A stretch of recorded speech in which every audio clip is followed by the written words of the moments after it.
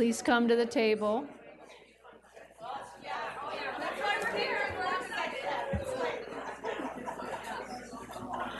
We are an hour over, so we are going to begin. The next work session for today is the FCPSOn update, and I will introduce Dr. Sloan Presidio to get us started. All right. Well, good afternoon. It's nice to be back at the board table with you again today. We're very excited to talk about our recent work from year 2 of the FCPSOn initiative. I want to start by doing some introductions, though, because you'll see that we've got some very special guests with us. We've got 3 school-based staff members with us to start with. First is Elizabeth McDowell from Chantilly High School. Next is Sarah Olson from Justice High School, and Stephanie Sniffen from Poplar Tree Elementary School. And you might remember Dr. Jennifer Morrison from Johns Hopkins University. She presented to the board last year about this time, presenting on year 1 of the program evaluation, and she's obviously back today to present on year 2 of the program evaluation. So just in terms of the outcomes for today, we'll be providing some highlights. A lot of those highlights will come from our teachers as they'll talk about some of the ways that they're viewing this initiative and using the technology in their classroom to impact teaching and learning. Obviously, we'll spend some time looking at the Johns Hopkins program evaluation results, and then we're going to share feedback from the community engagement meetings that we had earlier this spring. And then last but not least, we want to talk a little bit about the finance model for program expansion and a proposed timeline for program expansion.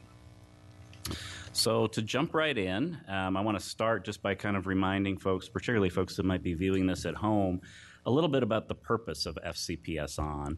You know, FCPSOn largely is about equitable access to technology and to the kinds of instructional practices that you can use when you have that type of technology in your classroom that will promote more meaningful learning experiences for students and more personalized learning.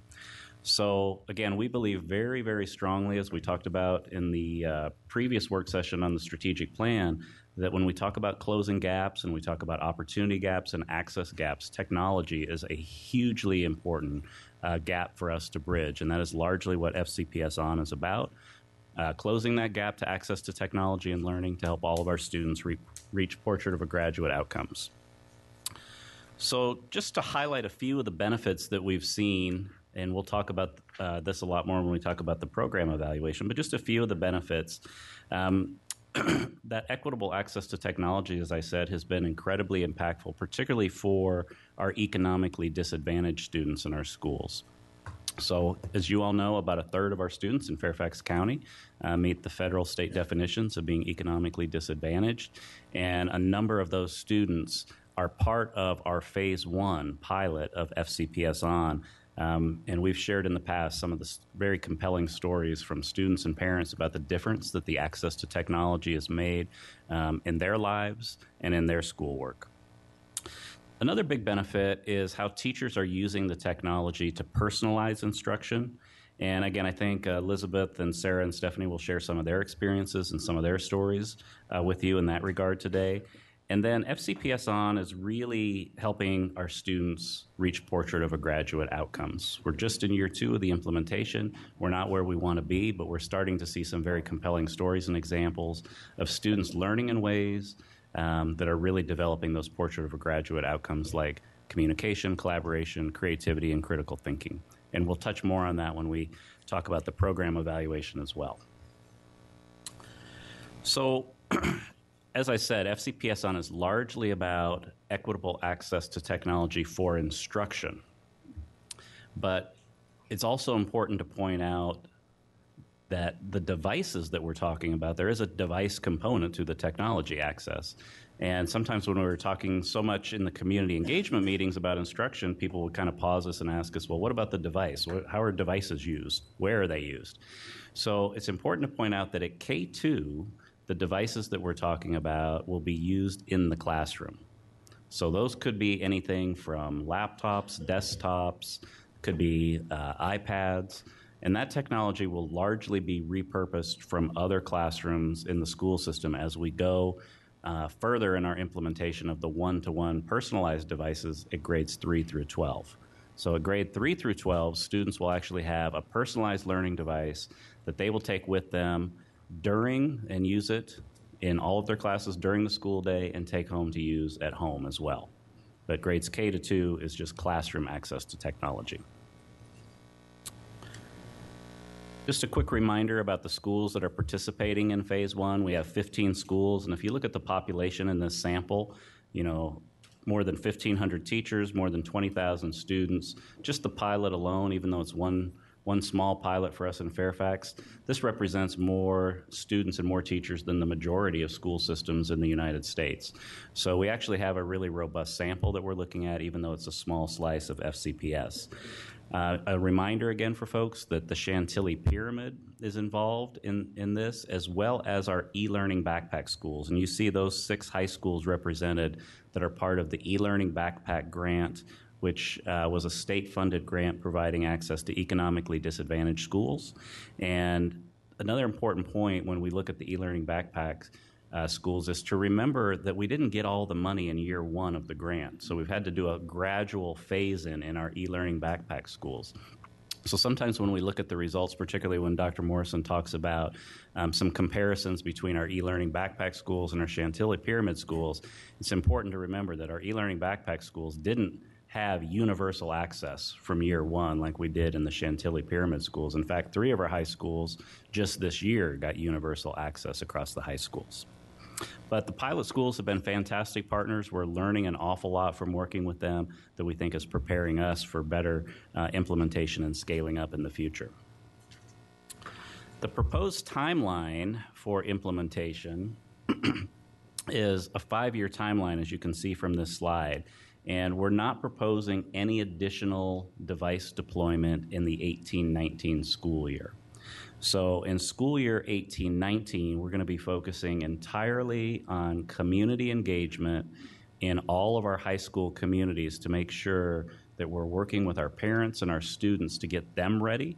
We're going to be talking with our parents and our students about topics around digital citizenship, balanced use of technology, health issues, safety issues with respect to technology, and we're going to be working very intensely with our staff in our schools to make sure that they're prepared to integrate the instructional technology into their instructional practice. So that community engagement, we kind of call that our pre-implementation year.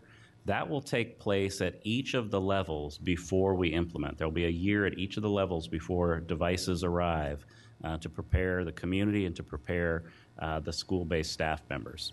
So 18-19 is pre-implementation at the high school level. 19-20, we're proposing to adopt new devices in all of our high schools, and then you see how we, in the subsequent years, then would go to middle school, then go to our intermediate grades, grades 5 and 6, and then go to grades 3 and 4. And as I mentioned earlier, grades K and 2 would be part of the elementary school rollout with redistribution of technology from other parts of the school system. So I wanted to highlight briefly some of the community engagement findings. As I mentioned, we had 5 regional meetings that we held this past spring, and we had we did a lot to advertise these events, but we did not have the attendance that we would have liked. I just need to kind of say that up front. We had about 200 total participants, even though we heavily advertised these events in our News You Choose, through social media, through school newsletters, and we didn't have the attendance that we would have liked, but we still had a lot of really good feedback and a lot of, I think, deep conversation in these meetings that we might not have had if they were more heavily attended. So I think that's the positive, is that we kind of got to go a little bit deeper and unpack some of the community questions and some of the community concerns. So I wanted to share just a few of the findings from those meetings. And the most frequently mentioned topics were really around instruction and learning. And when we got feedback from community members around instruction and learning, really the big, I think, nugget was that parents and families do not want their kids in front of computers all day long, right? They're really worried that when we adopt technology, kids are going to be sitting in front of computers very passively all day long. And they want a balance between digital and non-digital instruction. Health and wellness was another big community concern. And here, again, you think about things like screen time, technology, addiction, other health effects. We had a lot of questions from the community on those types of topics. And then digital citizenship was another heavily mentioned topic. And this really obviously centers on things like supporting students to be safe in online environments and to show respect for others in online environments. So I want to unpack some of those three topics in some of the subsequent slides, but you see some of the additional topics that were mentioned as well. Funding did come up, device functionality, security, speed of implementation. So there were other topics, but those big three around instruction and learning, health and wellness, and digital citizenship, I'd like to spend a little bit more time on right now. So when we look at the work that we're doing right now around instruction and learning, and we listen to our community really talk about the desire for a balanced use of technology in the schools and not wanting students in front of computers, that is very much in alignment with the instructional model that we're putting in place and have put in place in our Phase 1 schools. So when you think about how technology could be used, it could be used for consumption. And oftentimes when we're using technology for entertainment, we use a consumption model. Kids are sitting relatively passively in front of videos. They're relatively passive as they're playing video games, right? You could be relatively passive as you're going through a computer curriculum as well. And that is not what we want. We really want a creation model where our students are using technology to demonstrate the learning that is taking place in the classroom. So they might be locating information, researching information, writing about information, communicating and collaborating with students on projects that they're developing. And I think some of our teachers will share some of the ways that they're using technology for more of a creation model. We definitely want to be away from a consumption model. The other issue on here that I wanted to point out that was really prevalent in the community concerns is this issue of the use of phones in schools. And right now in Fairfax County, we do allow students to bring their own device. We do allow them to bring phones into many of our schools, into many of our classrooms. And there are instructional ways that phones can be used. You can retrieve information, you can conduct research on a phone. There are lots of ways that you can use phones for instructional reasons. But when you really listen to parent concerns, I think a lot of what they're saying is that kids are on their phones so much outside of school already that they're really worried about kind of compounding that effect with students being in front of technology during the day in a passive way. And kind of the ubiquitous nature of phones, you can't put them down, you have to check them all the time. You know, we know from research, there's been a lot of articles. Ms. Schultz has shared a number with us of articles recently about how app designers are finding ways to take advantage, basically, of kind of human psychology and lead to addictive behavior of technology. So we know that there's a lot of risks out there associated with phones. And one of the things that I think is a real benefit with FCPSOn is we could actually get phones out of the classroom, I believe, if students had personal learning devices where we had content filtering on them, where they're actually using the devices in a way that they're meant to be used for creation and demonstration of learning, as opposed to the distraction that comes with a phone and feeling the need to, you know, check your text messages every minute. You don't feel that need and you don't have that desire when you're working on a computer. So we do think that there's some benefits there, and we are in the process of really trying to reevaluate what our use of phones would look like now and in the future as we would move forward with FCPSOn. We're also creating a number of resources, and I see Mr. McElveen is back there, and he had brought some attention to this in the past work session, so we'll take a look at the cultural representations and making sure that we're not being insensitive with any of our illustrations. But what we're intending to do with these types of resources is have these be student-facing resources, and we already have some of these that are out in the system, to help students kind of understand that we want a blended learning approach. Right? We want students working with other students offline. We want them communicating face-to-face. We want them collaborating face-to-face. We want them taking breaks. We don't want you staring at in a computer screen all day. You need to take breaks. You need to take brain breaks. You need to take breaks to make sure that you don't have eye strain, right? So we're promoting a lot of strategies around responsible use and balanced use of technology with our teachers, and we're trying to create resources that will help our students understand what those behaviors look like from a student-facing lens as well. And that's just one example. The other really big topic, as I mentioned in the community feedback, was around digital citizenship. And we have been doing a lot on digital citizenship over the last several years, but this is an area that is so important. We can always do more, and we know that we need to do more. So I wanted to just highlight a few of the things that we are working on right now that we're in the process of rolling out for next school year.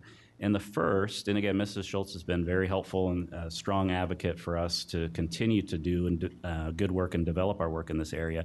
One of the things that we're going to be doing is requiring digital citizenship lessons at every grade level next year, not making them optional as we have done in the past.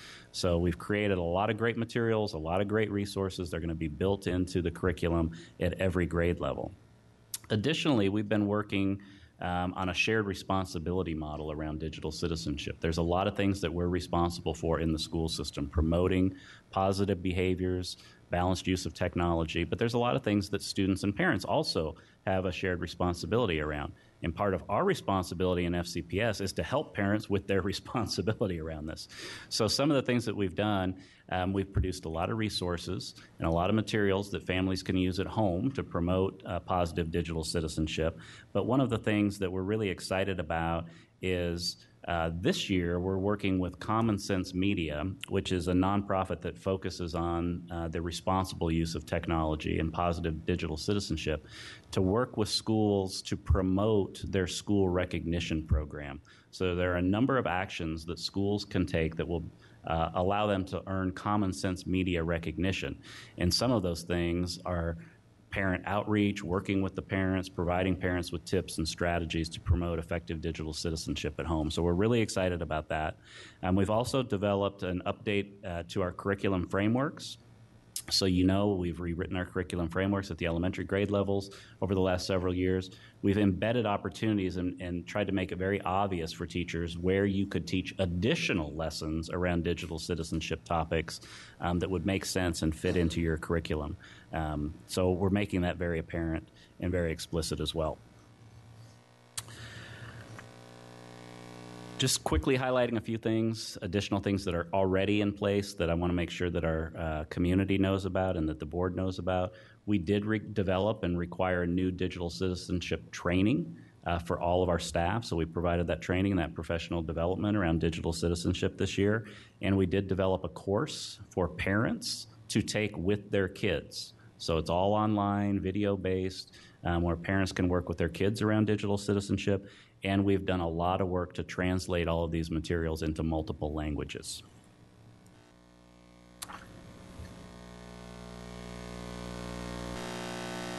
And one additional student-facing resource that I just wanted to share with folks around digital citizenship, you see that this particular resource is really framed at thinking about digital citizenship through the lenses of empathy, ethics, and civic responsibility. So in this particular resource, we're focusing on the 8 different topics around digital citizenship that are part of our framework and our curriculum: internet safety, privacy and security, communication in online environments, social networking and cyberbullying, making sure that students understand how to create an appropriate digital footprint, and then, of course, information literacy, copyright, and crediting. So thinking about all of those topics through these lenses of empathy and ethics and civic responsibility. And we're creating resources for teachers to use around that. So, for example, in this particular resource, you could focus on how empathy, for example, might come into play when students are thinking about their actions in an online environment. How are you treating others in your social media, social networking?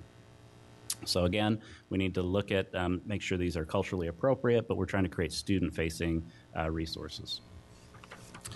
And then just briefly, some additional feedback from the community meetings that was really helpful. Parents did tell us that they recognize the need to develop portrait of a graduate skills and the role that technology can play in that. Definitely the issue around equitable access was very apparent and appreciated by folks in our community meetings.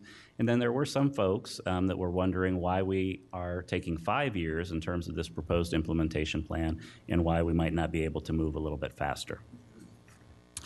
So with that, I want to turn it over to Dr. Morrison, who's going to provide more information on year 2 of the program evaluation. And I'll just remind everybody that the full program evaluation is posted on board docs. It's quite lengthy. It includes the full narrative and all of the quantitative results from the surveys, the interviews, the focus groups that were conducted with multiple stakeholder groups. So the slide presentation that we're going to go through again is the kind of that high-level overview, but specific questions regarding any of the quantitative data, we can try to get into those during the discussion at the end. That wasn't the homework, was to have everyone read the report and come? Okay. Oh, okay. Well, thank you for having me. It's nice to be back. I love talking with school boards and working with school districts. So this was our second year of program evaluation. And just a reminder of participants, so I know Dr. Presidio already went over this. So we had the Chantilly Pyramid Schools and the e-learning backpack schools. And another reminder was that Chantilly Pyramid Schools fully implemented in 2016-17. Part of the e-learning backpack implemented that last year and then fully implemented this year. So there is a difference in tenure with experience. So our data sources, which I'm excited about because I thought we were able to dig much deeper than we did last year and get a lot more information. So this year we conducted classroom observations, 40 of them, in randomly selected classrooms in both Chantilly Pyramid and e-learning backpack schools. We conducted 20-minute observations. So we would go in and document all that we saw in terms of the teacher activities, student activities, whether the content was supporting portrait of graduate skills and things like that. We conducted focus groups, a total of 17 of them. We did student focus groups, which were about 45 minutes each in elementary, middle, and high school. We did parent focus groups. We conducted 3 of those, and they were all virtual, so online parent focus groups. And then we had some parents email their responses to us as well. We conducted teacher focus groups, so there were 45 minutes each, and we asked about reactions to the program, what changes in practices, what professional development, strengths, and recommendations for the program. We interviewed SBITs, the school-based technology specialists in the Chantilly Pyramid and e-learning backpack schools, and then we interviewed all principals across all of the schools for about 45 minutes by phone. We had our teacher survey, which we used some of the same items as last year and then expanded a bit. One of the areas that we wanted to look into was teacher self-advocacy and confidence with using technology, because that has been found in research to strongly predict the extent to which technology is integrated. And then we had a student survey, which was a lot of fun, looking at different portrait of a graduate type skills and their students' perceptions of technology. And last, we had a parent survey. So we had 13 items, and that's where we solicited participation in our focus group and then randomly selected from those that agreed to participate. And just with the parent survey, because I know you mentioned kind of low turnout, we had 1,147 parents complete it, which isn't bad, but we did have over 7,000 students complete it. So you can kind of see there's a discrepancy there. So we had developed a logic model for that first year, and that's what I'll use to frame our findings. So in year 1, there was professional development that also continued into this present year. And then it's predicted that professional development would lead to the measurable outcomes in the center of changes in teacher practice, access to and use of technology, changes in the learning environment, which would impact student engagement. And all of these would ultimately impact in years 2 to 3 and 3 to 5 student content area knowledge and portrait of a graduate skills. So I'll start off with some key points from professional development. One of the findings that we found was the importance of the principals and the SBITs for implementation. So they're key players in how this is implemented in schools. They focus on cultivating buy-in. They give teachers the freedom to explore and experiment with their technology integration practices. SBITs in particular provide coaching, resources, and professional development. And this current approach is really appreciated by teachers. They feel supported. Of course, everyone always wants more PD. I think we could do an evaluation and not collect any data, and one of the findings would guaranteed be more PD. So the most frequent requests regarding PD during our focus groups from teachers included more time to spend on the devices, prepping digital lessons, and exploring or learning resources for their students. Several teachers mentioned that they've heard of resources, but just haven't sat down to learn how to integrate it. Teachers also wanted more time to engage in the peer-to-peer learning opportunities because they found that particularly valuable. And they'd also appreciate opportunities geared specific to their age group or content area. Chantilly Pyramid School principals particularly appeared to be clued into the need for more personalized PD opportunities. The need was consistently identified and noted as a recommendation from this group. Principals from both groups identified time as a necessary resource, meaning that teachers need more time to process and to plan. And then principals also identified PD needs geared towards veteran teachers, so those that might be a little bit resistant to changing their practices. Multiple data sources, including parent focus groups, identified a need for district-wide digital citizenship curriculum or support for schools to develop their own curriculum or standards related to online and digital behaviors.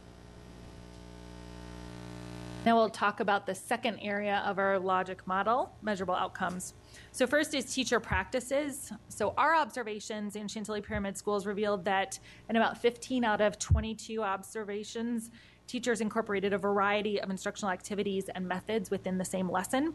10 classes included both independent and whole group work, and 6 classes used rotations that included a combination of individual, group, and teacher-led activities. 4 of the classes used inquiry-based or project-based learning. Most of the 18 classes observed at e-learning backpack schools incorporated a variety of instructional activities and methods within the same lesson, or included inquiry-based and project-based learning activities. Almost half included inquiry-based practices in authentic contexts for learning. Classes had individual project work and group projects occurring in the classrooms.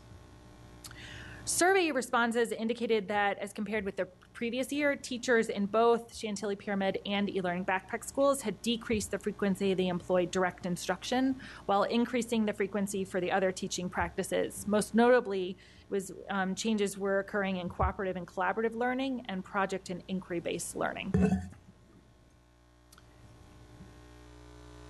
And then in terms of technology belief, one thing that we found was that the teachers in the district actually have very positive views about technology. So they've got confidence. They're confident that if they get the professional development, they're able to effectively incorporate technology, which I think is an important finding. Teachers in both groups were more likely to report using technology for individualized or personalized learning and facilitating differentiated learning as compared with using online resources, tools for assessments, and to provide feedback. In terms of students, the majority of students agreed that school's more interesting with technology integration and that using a computer feels natural, so they also had positive technology beliefs.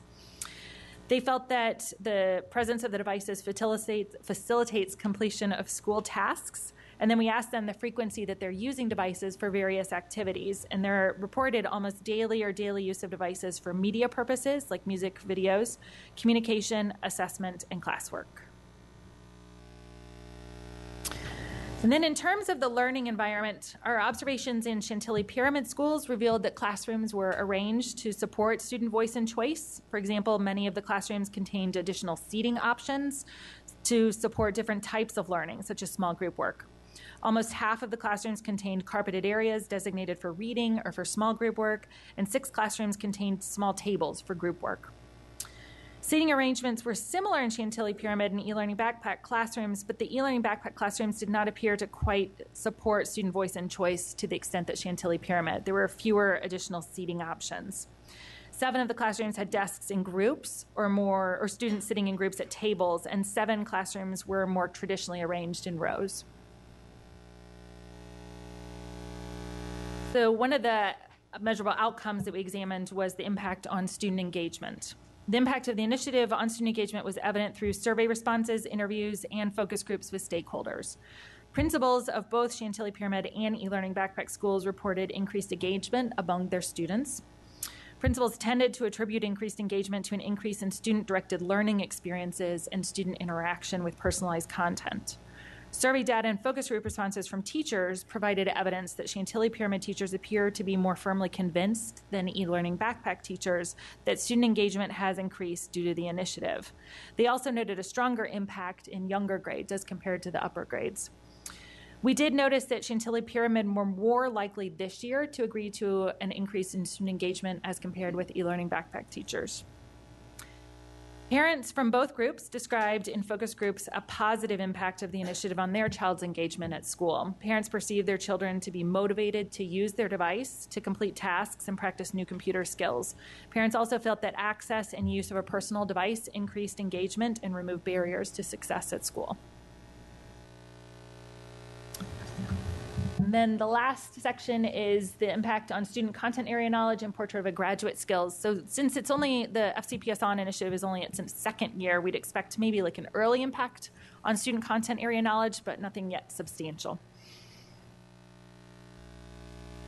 Teachers from Chantilly Pyramid and e-learning backpack schools reported different impacts on student learning, with teachers from e-learning backpack schools reporting less positive impressions. Parent perceptions were also mixed. Parents from both groups expressed concerns about the consistency and quality of instruction and curriculum delivered through their child's device. Principals from both groups, however, had an overall positive view of the impact of the initiative on learning. And in the e-learning backpack group, principals mentioned the positive impact on students with special education needs with notable frequency. SPITs from both groups also spoke positively about the impact on student learning. Students most frequently used words like fun and exciting to describe the impact of the initiative on their learning. They also mentioned the assistive properties of the device.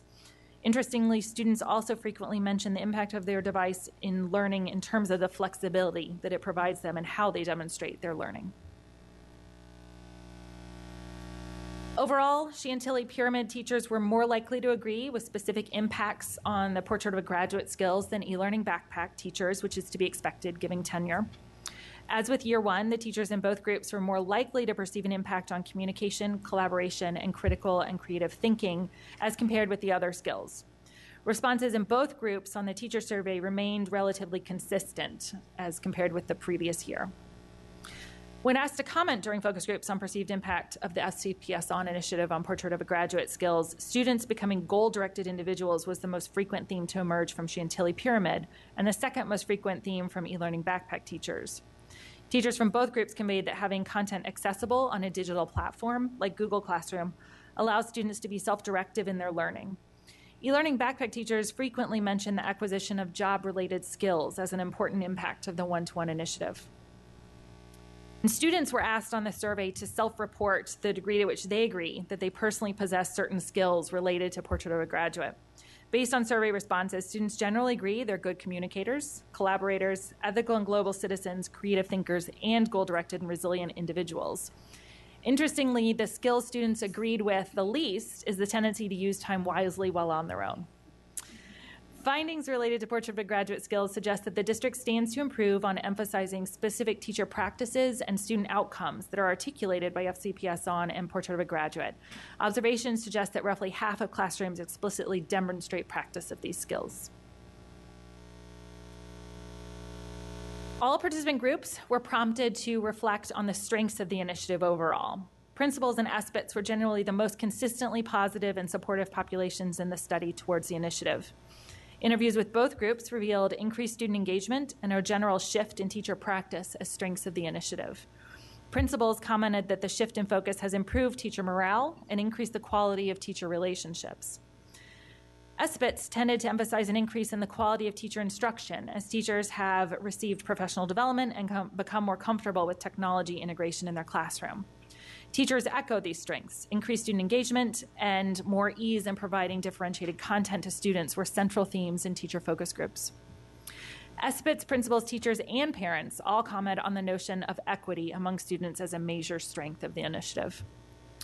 Then students and teachers both saw the assistive components of their personal devices as major strengths. Teachers appreciate the ease of distributing content to students online and students' ability to access content and other resources. Students appreciate how easy it is to conduct research and complete assignments. Parents agreed that a major strength of the initiative is the positive impact of the personal device on their child's learning, including their child's motivation to complete tasks involving the computer.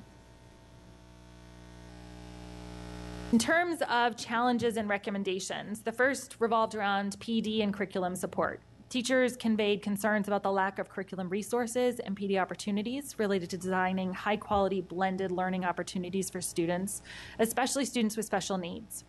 Parents were also concerned about a lack of high-quality digital resources. The district should consider further PD on blended learning, teaching practices, and developing students' portrait of graduate skills, including both the why and the how for various practices and strategies. And then schools should continue to provide teachers with time for planning and for collaboration with peers. The next suggestion revolved around student device content regulation and digital citizenship standards. Stakeholders conveyed desires for the district to better regulate the content accessed by students on their personal devices, and teachers specifically conveyed concerns related to students' responsible use of their device, including the degree to which students consistently keep their devices charged and in working order. Then technology integration consistency. So schools have encouraged teachers to experiment with technology integration and purposefully did not set standards for technology use, which I think was a successful and purposeful strategy for the early implementation. But stakeholders are now recommending level setting and consistency around teachers' integration of technology. And then the last point is district communication. We recommend increased communication with e-learning backpack teachers to more fully engage them in the initiative. We also believe the district would greatly benefit from increased parental communication, particularly in terms of the instructional approach employed by teachers, program goals, and expected educational benefits. So very quickly, the evaluation report has presented findings from schools now in their second year of implementing FCPSOn.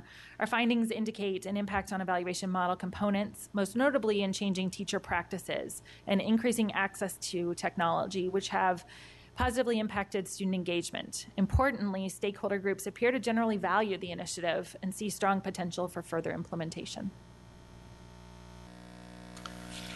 All right, so just a few quick comments that I'd like to make. First, Dr. Morrison has been fantastic to work with. She's really collaborated so well with us over the past 2 years.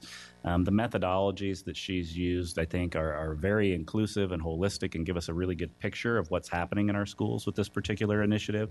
But more than anything, we don't have to wait till all the results come in. She's very accessible, talks to us about preliminary findings, and as a result, we've had some time to think about some of the findings. And obviously, we need to think more and continue to process how we can continue to improve. But just a few things from the initial findings that I wanted to highlight that we're working on. The first is we're putting together a much more comprehensive toolkit for professional development. And you have to remember, when we started this initiative, we really didn't have hardly any resources to support blended learning in our schools.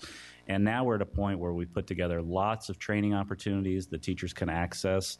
We're working on virtual training opportunities, lots of face-to-face training opportunities, and lots of resources that teachers can turn around and use. But one of the big findings is, and it's not, again, I don't think it's not, a huge revelation, but the idea that teachers want to learn from other teachers, right? So from the very beginning of this initiative, we've taken the approach of job-embedded professional development and making sure that we're training folks at a particular school that can share their learning with others and facilitate that learning in their school, in their CLTs. But what we're going to do kind of moving beyond that is create more facilitated opportunities for teachers to learn from teachers in other schools as well. So we're building into our professional development opportunities for release time for teachers at schools to be able to have those types of learning experiences. Additionally, from the community engagement and from Dr. Morrison's findings, we know the messaging around this can be confusing. So we're working particularly with the communications office to come up with better centralized messaging that we can use to promote what FCPSOn is to individuals in our community so that they can be informed and provide us with their thoughts and their feedback. And again, we're spending an entire year before we implement devices at a school in intensive community engagement to make sure that everybody in that particular community understands the initiative well and has an opportunity to provide input. And then the whole issue of appropriate use of devices is always an area that we need to get better at. So we're working on developing guidelines that schools can use and that teachers can use to better promote the appropriate use of technology. So with that, what I want to do is turn it over to what I think is the highlight of today's discussion, and we'll hear from our school-based staff about their experiences with FCPSOn, and we're going to start with Elizabeth at Chantilly. Thank you. This year was my first year at Chantilly. Prior to that, I was at Fairfax High School. And at both schools, I taught AP World History. So I'm using that as sort of a comparison for the difference that one-to-one can make and FCPSOn as a whole. At the most basic level, AP World History has to be more student-driven. There's a huge amount of content, and so the students have to be motivated to learn on their own. For the simplest assignment, a handout. At Fairfax, I would give students a handout, usually comparing and contrasting different civilizations. They would divide up the work. Students would complete their portion, pass the paper around, copy each other's answers, and not question the information that was put down. Moving to Chantilly, I put that same document into a Google Doc, and the students are working on the same page at the same time, able to see what their classmates are writing. And as I walked around the room, the amount of discussion about the details that were going into the assignment, whether it was the specific information or even the phrasing, working on writing skills, was a huge improvement. Additionally, because of the technology, because it was online, I was able to go into those assignments as well and see where the students were going, give them tips, nudge them in a different direction. I could also get an overall view as to whether or not students had a common misconception and address it right there, as opposed to having to collect papers, read over it, and then address it in a different classroom setting. For a more in-depth example of an assignment, the mock trial is a common AP World History assignment. When I did it at Fairfax, I had to print out all of the resources for the students. Because it was a massive amount of resources, I couldn't give every student one packet with everything. They couldn't have access to everything all at once.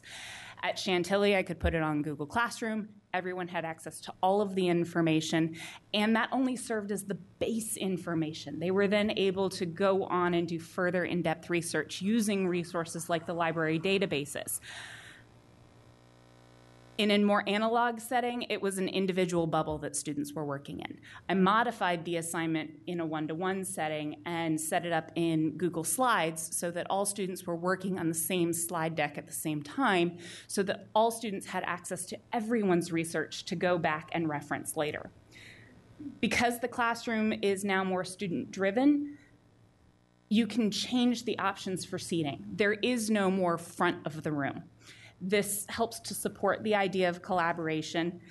It also helps to open up seating options for 504 and IEP plans when you're in a classroom where 10 students plus in the classroom all have front of the room seating requirements. It's difficult. When there's no front of the room, you can accommodate all of those students.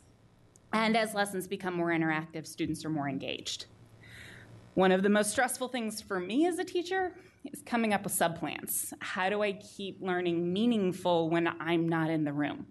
When my students are accustomed to student-centered learning, they know how to move forward on their own. Lesson plans can be incorporated into a hyperdoc, and students can get quality, in-depth lessons that pull from a variety of sources. I had a sick day this past year where I really felt like students needed to have access to me. I was able to go into Google Classroom and see what they were doing live. I could see who was actually paying attention and doing the work and who was slacking off a little bit because I wasn't in the room. And so I was able to make comments, give feedback, and make sure everybody stayed on task even without being present.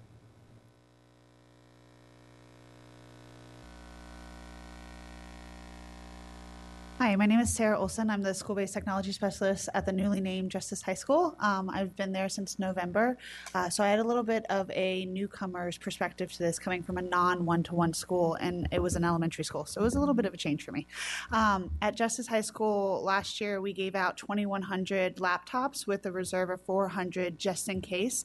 If there were any computers that were broken or a student left it at home or something like that, we never wanted a kid to not have access to technology at all times. Which was also beneficial for the teachers and for our population that had a lot of migrant behavior. So having equitable access to that technology has allowed our staff and our students several opportunities that they did not have before. An example of this is our last senior class had $4.5 million awarded to them in scholarships last year. That's $1 million more than the previous year. And speaking to my counselors, we only anticipate it to go up. Even over the summer, our avid students have access to those computers, so they're still able to get those opportunities to progress their future. Our students also have more opportunities to take ownership of their learning. The majority of our population has responsibilities outside of school, not just sports, but actually full-time jobs. So these computers allow them to have access when, where, and how they learn best. And our teachers are really striving to give them as differentiated lesson as possible and really trying to meet them where they're at. We have students that come in with interrupted education. We have students that, we don't know where they've been. They went away for a couple months and now they're back, but we're always trying to meet them where they're at. And these one-to-one devices have really helped us with that. It also kind of pushes our teachers to be a little bit more challenging in their work. We're trying to get rid of that Googleable question. All of our students have that level 1 information at the tip of their fingers. They no longer have to memorize the multiplication facts because they always have a calculator in their pocket. So we're trying to strive to push their thinking. We're trying to make them think deeper, and make connections to things that they may not have connected before. We're also trying to expand the walls of our classrooms. So our students come with a diverse background, and so their opinion and their viewpoint is unique. And we also recognize that there are other viewpoints out there. So we're constantly trying to bring in engineers from Lockheed Martin or participate in Smithsonian's Science Fair Day. And so we're trying to show our students that there's a bigger world than the small world we live in. We still have room to grow. We're always constantly trying to push ourselves, but teachers and students are learning from each other. We participated a lot in going to other schools like Chantilly and the other backpack schools at Mount Vernon and Lee High School, and really trying to show our teachers, you teach AP history? Here's someone that teaches AP history. Let's get together, because we know that you guys are our best asset, and they will inevitably learn more from each other than they will from me and from other professional development that the county provides. We're also continuing to push our thinking. We participated in a Shadow of a Student Day last year, where 12 of our teachers followed students for an entire day to see what is it like to be on a computer. Are they on the computer all day? Are they sitting down all day? What are they doing? And then we interviewed the teachers afterwards and shared their findings, and all of them said, wow, this is different than how I learned. And that's good. We need to realize that. But it also means that the 90 minutes that you see them, it could be like that for them all day. So we really need to open our viewpoints and learn how can we get them interacting more and how can we get them talking to each other more.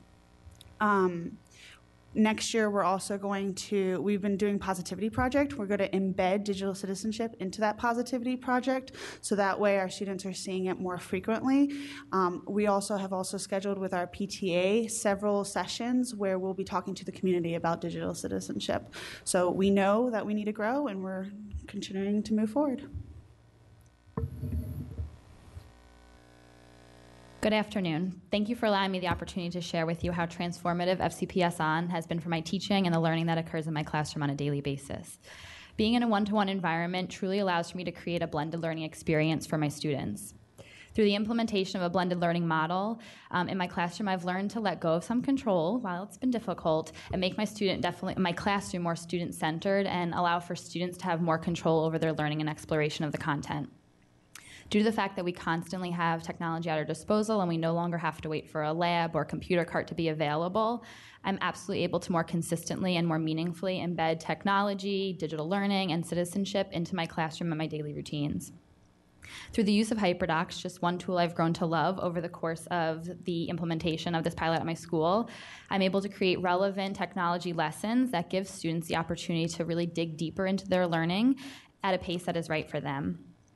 With HyperDocs, students have access to online text, videos, songs, and engaging interactive activities to help support standards we are learning, and it also gives me a chance to provide them with real-time feedback and see where they're at with our content. One of the best parts about it all is it's right there. So we never have to worry about a student losing a notebook or a page falling out of their notebook because it's all saved automatically on their computer. Having computers so readily available has given my students the opportunity to explore a variety of different platforms to help enhance our critical and creative thinking skills happening in the classroom, as well as our communication skills. Through some platforms like Padlet and Flipgrid, students who may not feel as comfortable talking in front of their peers now have a platform and a place to do that so that they can share their opinion as well. I had a student this year who came from a different state, so she was new to the state, new to the county, and she was very shy. So she was extremely hesitant in the beginning of the year to get up in front of her peers. And then I introduced Flipgrid to her, where the students can create a short video to share their knowledge. And she had a voice. Her true personality came out. We were able to see her in a way we hadn't seen her before, and it gave her so much more confidence and courage to get up in front of her peers. And it eventually transformed where she didn't have to have a video playing, and she was able to just get up in front of her peers, which was a great transformation to see. Collaboration is a huge part of my classroom, as I'm sure it is in many. Throughout the day, students collaborate on a variety of topics in a number of ways.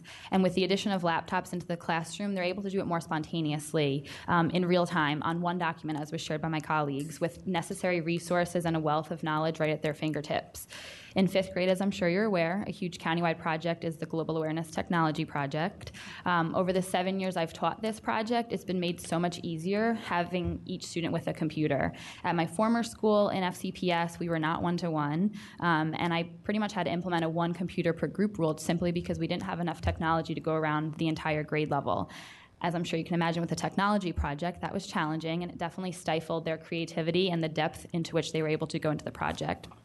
Now, I look at my groups that have one-to-one, and I might have one student researching an online database, I might have another student making clay props, and then the third student might be making a stop-motion animation video using the technology and the clay props that have been created. And all the while, they have their Google Slides in the background, and they're collaborating by questioning one another on what they're adding to the slides, they're contributing by adding their part to the project, and it's just a much more in-depth project. It's been a huge pleasure to take part in this initiative and to not only watch how it transformed my teaching, but how it transforms my students' learning and my colleagues as well. And I really look forward to learning more innovative ways through PD to integrate technology into my classroom. Thank you. All right. Well, thank you very much to all three of our wonderful teachers who are here with us today. Elizabeth, Sarah, and Stephanie, and you can see obviously why we invited them in here, because they are so dynamic and doing such amazing work. I am sure the board will have some questions for you in a little bit, but thank you so much for your willingness to be here. Definitely during the summer, that's kind of going above and beyond, and Stephanie even had to leave her one-year-old at home to be with us today, so... So thank you very much. So last but not least, we just wanted to briefly touch on the funding model, and Lee is on her way up here to tell us a little bit about the work that we've done as a leadership team with the support from financial services to put together a funding model to phase in FCPSOn to our remaining schools. Yeah, this is a pretty simple funding model in the sense that the first section represents the revenue, the middle section, the expenditures, and the third section is the position detail that goes with the expenditures. If you go moving back to the revenue, if you look at the first line, the carryover from the previous year, we have $8 million in year end to carry forward into fiscal 19 for this first year of startup for the high schools. Line 2 represents the user fees, which are slated to be $50 per student, or $25 if economically challenged and eligible for free and reduced. This is an annual user fee, and we assumed fee slippage of about 5%, and that starts in fiscal 20 for the high schools. Line 3 is the per pupil set aside. This is a permanent reduction to textbook funding of 25% that begins in fiscal 20, and $1.4 million from high schools will come in then. Line 4 is REOC equipment funding and one-time funding. That represents $2.7 million in the fiscal 19 budget, and then $1.3 million in fiscal 20 and $2.7 in the 3 out years. One-time funding from the schools that came from mid-year was based on a calculated amount of what the 25% carryover is, and that was reduced from the high schools in 2 payments, one payment in February of this year, fiscal 18, and then another payment that will come next year, which is why you see $1.2 million here in fiscal 19. You can't see fiscal 18, but that's also $1.2 million that's being carried forward. And then the $1.2 million you see in fiscal 20, that's the first year of, or that's middle schools.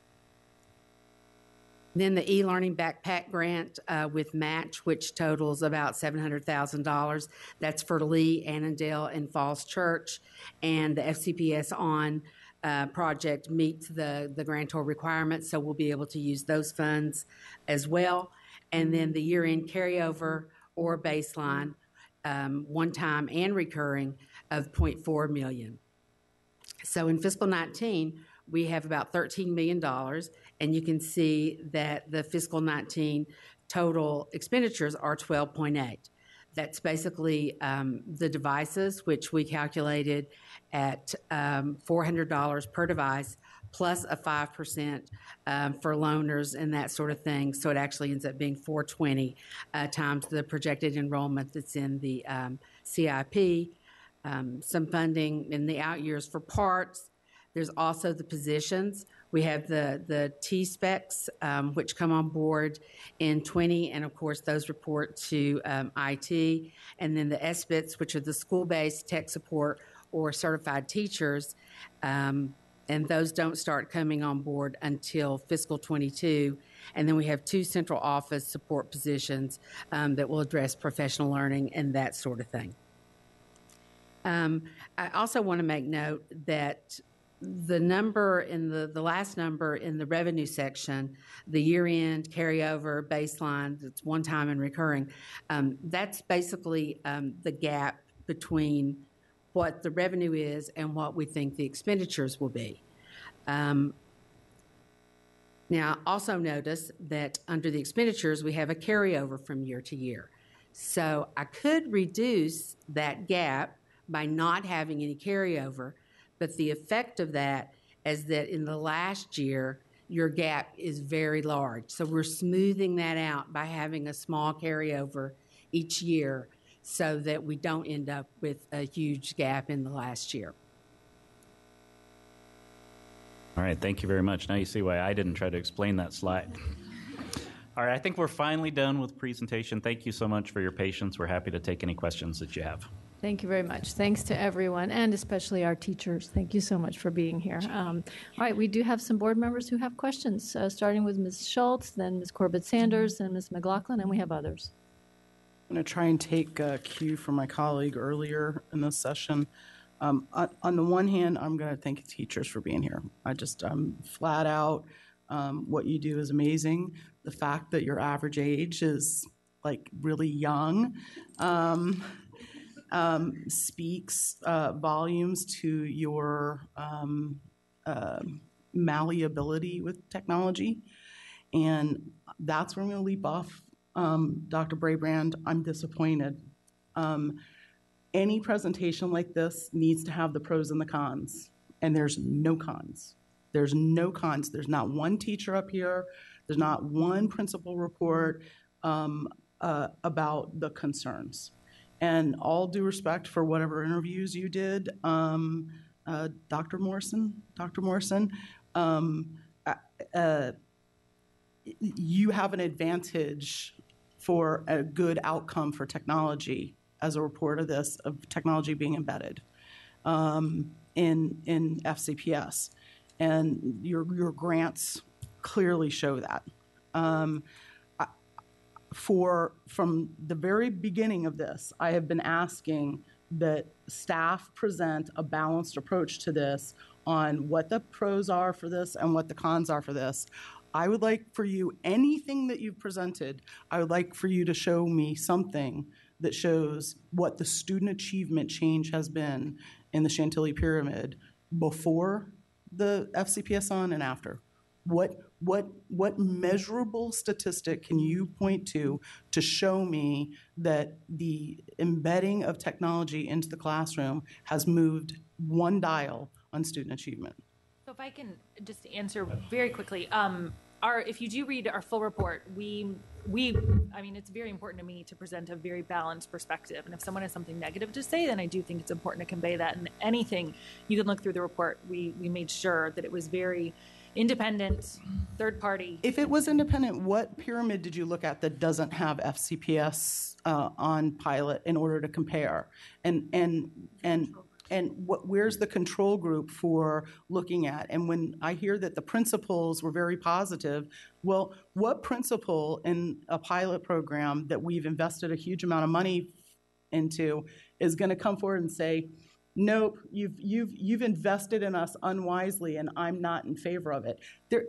I mean, we just had a whole discussion in the work session before this about confirmation bias. I mean, the likelihood that somebody is going to feel comfortable at this point in the second year or third year, wherever we are in an FCPSOn program, that clearly staff was driving the system towards, we have a proposed rollout here that's with funding mechanisms where you've already taken money out of the high schools. We haven't voted on this as a board. Mrs. Schultz, if I could, I'm sorry, you asked a question, and I think our guests tried to start answering it. Could you ask just one question at a time and let them answer? So we did present, you'll find all sorts of comments in our report, very honest comments. I will say, side note, when I work with districts, I always want to talk more to teachers than I do with principals. I mean, that because I feel like teachers are going to give me very honest perspectives, and I think that's presented in the report. Like, you'll hear exactly what teachers felt about it. In terms of student achievement, we don't have student achievement results just yet because the school year just ended, but it is in our evaluation contract to look at student achievement. So as soon as that's available, we'll present.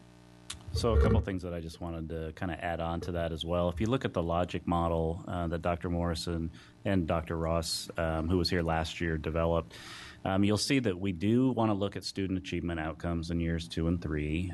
That's an opportunity, I think, for us to compare the impact of what's happening in the pilot versus what's happening in other schools. The construct around that, though, is going to be really tricky because there's going to be a lot of conflating variables involved, obviously, and you're going to be looking not at causation, but you're going to be looking at correlation. But I do want to point out that we are intending to look at that, but that is year 2 and year 3 in the model. And a couple things that I just want to emphasize. One, from the very beginning, we have been very direct with the board, and I'm not saying that board members would agree with this rationale, but our primary rationale around FCPSOn has been around changing the type of learning environment to get to portrait of a graduate outcomes. So changing ways of instruction in the classroom that can be more inquiry-based, can be more performance-based, can be more project-based, can involve more collaboration. The 2 main reasons for FCPSOn have been the equitable access and changing that learning model. We hope to see benefit to standardized assessment measures as well, but we have really been focusing on portrait of a graduate outcomes over SOL results. But if this is about if this is about equitable access, then delivering a device to the children who don't have access is the program. This is not what that is. And what has been proposed here is a rollout that is tens of millions of dollars at a minimum in order to achieve what? I don't know. And you've already started pulling money out of our schools. A number of us have brought concerns to you where our constituents and their children have not had access to, and sudden disappearance of, for example, foreign languages with no real explanation as to what has happened. And one of the hypotheses that I had was that there was money being pulled out of the high schools and they didn't have the appropriate funding in order to fund some of the classes for next year. And what has just been confirmed for me is that, in fact, there is money that has already been pulled out, and we don't even have the data yet to show whether there's actually any student achievement, and we're already talking about rolling this out. So I'm talking about the connectivity of money, funding, scalability, sustainability, and what that connection is to, in our previous work session, to a strategic plan that is supposed to start with, I keep going back to number one, academics. What is the student achievement that's driven out of this? Not to take away from the fact that there could be an access gap. That's something completely different than what's being proposed here. This is get a device into every child's hands and drive all the PD. And yet what I heard repeatedly was concerns about staff time to develop curriculum, staff time for professional development, the sustainability of the model, and that everything hinges on the linchpin of an SBIT in a school. And like I said, to be perfectly frank, you guys are really young and not necessarily representative of the 14,000 teachers that are in the school system. And so how do we flip that to a sustainable, scalable and sustainable model across the entire curriculum? And we're talking about doing it before we have student achievement results. And it's one thing to create equity of access. It's another thing to build strategically a model that costs tens of millions of dollars and plan the rollout and pull money out of our schools before we actually have any of the results related to actual student achievement. Do you see what I'm saying? Yes. A couple of things I would just say. One, when I got here last year, FCPSOn was already something that was going on. It was a pilot that was already going on in the system. The communication around that, I think, was maybe less than what the board wanted. Let's just put it that way. So, look, I'm going to be a straight shooter with you guys. I came in and I saw it. I had done some of that work in the district I was in. I saw a lot of positive advantages. Some of these same questions have come up. We have John Hopkins here at our side. We're back. Nothing's been done yet. The money I took last year was money from carryover from the prior year from principals. And I did not take staffing from high schools to do this. I took some of their carryover and I engaged them in discussions. Overall, the majority of high school principals wanted to do this work. We already have whatever the number is, 6 of our 25, is that right? 6 of our 25 were doing it. The only pushback, honestly, back in the fall from them was, Scott, we need more time to get our teachers the professional development needed to be prepared. And the board last year said, Scott, slow down, do more community engagement. And that's what we've been doing here this spring. But on professional development like that, Dr. Braybrand or Dr. Presidio, whoever wants to answer it, they need more professional development. First of all, when is that going to happen in a calendar, on a school calendar year? Because as it is, teacher-led professional development is what we're told is key, rather than top-down. And top-down is you need to be professionally developed in order to flip your curriculum into a technology-based curriculum. And so if we don't have any of the student achievement data, what are we getting them to do professional development in? So first of all, when are they going to do it? What are they going to do it in? And what is the cost associated with that? So again, we're talking about one of the most precious resources of our teachers is their time and their ability to garner a professional development in the way in which they find they need it best. But if we stack it up with, oh, by the way, you're going to have a lot more of your professional development time towards being able to move over your technology, then that if you put something in, you're going to have to take something out, and we're not taking anything out. One thing this year's calendar, we did add the 3-hour early release, which is going to let us do some more of that work in addition to what schools decide to do as part of having department release time. Just want to say one other thing. Maybe we all hear things differently. I heard Dr. Presidio say there were concerns about digital addiction. There were concerns about kids just being on their computer. I don't think we've heard a one-sided presentation at all. I think we're bringing pros and cons. Nothing's been done. We haven't put a single device beyond the pilot that we've done, and we're engaging this board in the discussion. You all will be the final. No one says it's got to be 3 to 12. It could be 5 to 12. We have one of the nuggets for me, having left and come back, we were leaving. We were doing a global achievement technology project. I remember sitting on leadership team going, how are we going to do a technology project for all these kids when a bunch of our kids don't even have access to technology? So I feel like we've got some things, we've got some equity issues we never address when we ask kids to do certain things. And I'll just leave with this. My own boy's coming back here first, second week of school, just as a parent said, Dad, every teacher in my school assumes kids have technology.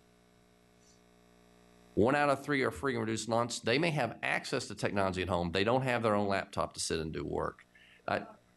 Okay. I'm just saying, I think there's multiple pieces, and I think you're hearing a balanced presentation. That's the kind of gap that If I could, I'm sorry, as the meeting manager, we have a lot of board members who would like to speak to this. I don't think a back and forth here is going to help us. The question about professional development was raised. I think that's probably something that all board members would be interested in, and maybe we'll have it as a next step to get some details on professional development later. But in the meantime, one of our teachers would like to address it, so please go ahead. So I just wanted to talk about the way that we did our professional development this year.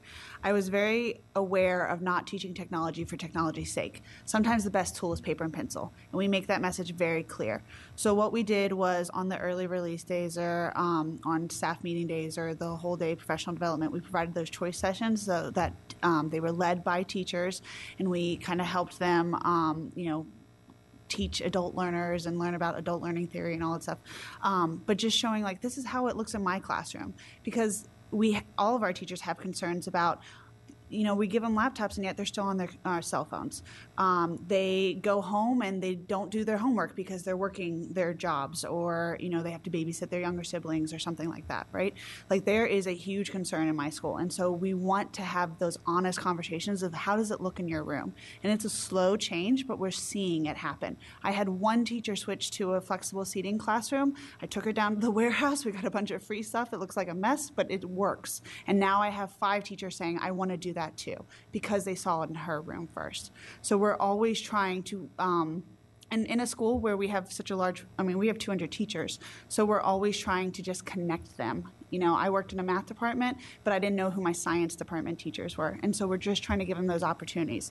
We were also given FCPSOn days where we could sit down and actually create those materials. One of those days looked like where I took the whole world language team over to Chantilly to see how their Spanish teachers taught it, and they were able to learn from each other. So, just my job really is giving them Who taught your access. classes on days where you went over there? Subs, and with the access to HyperDocs and other things, my teachers were still able to give those children a meaningful learning experience on that day. Okay, so the sub cost is also not figured into this as well.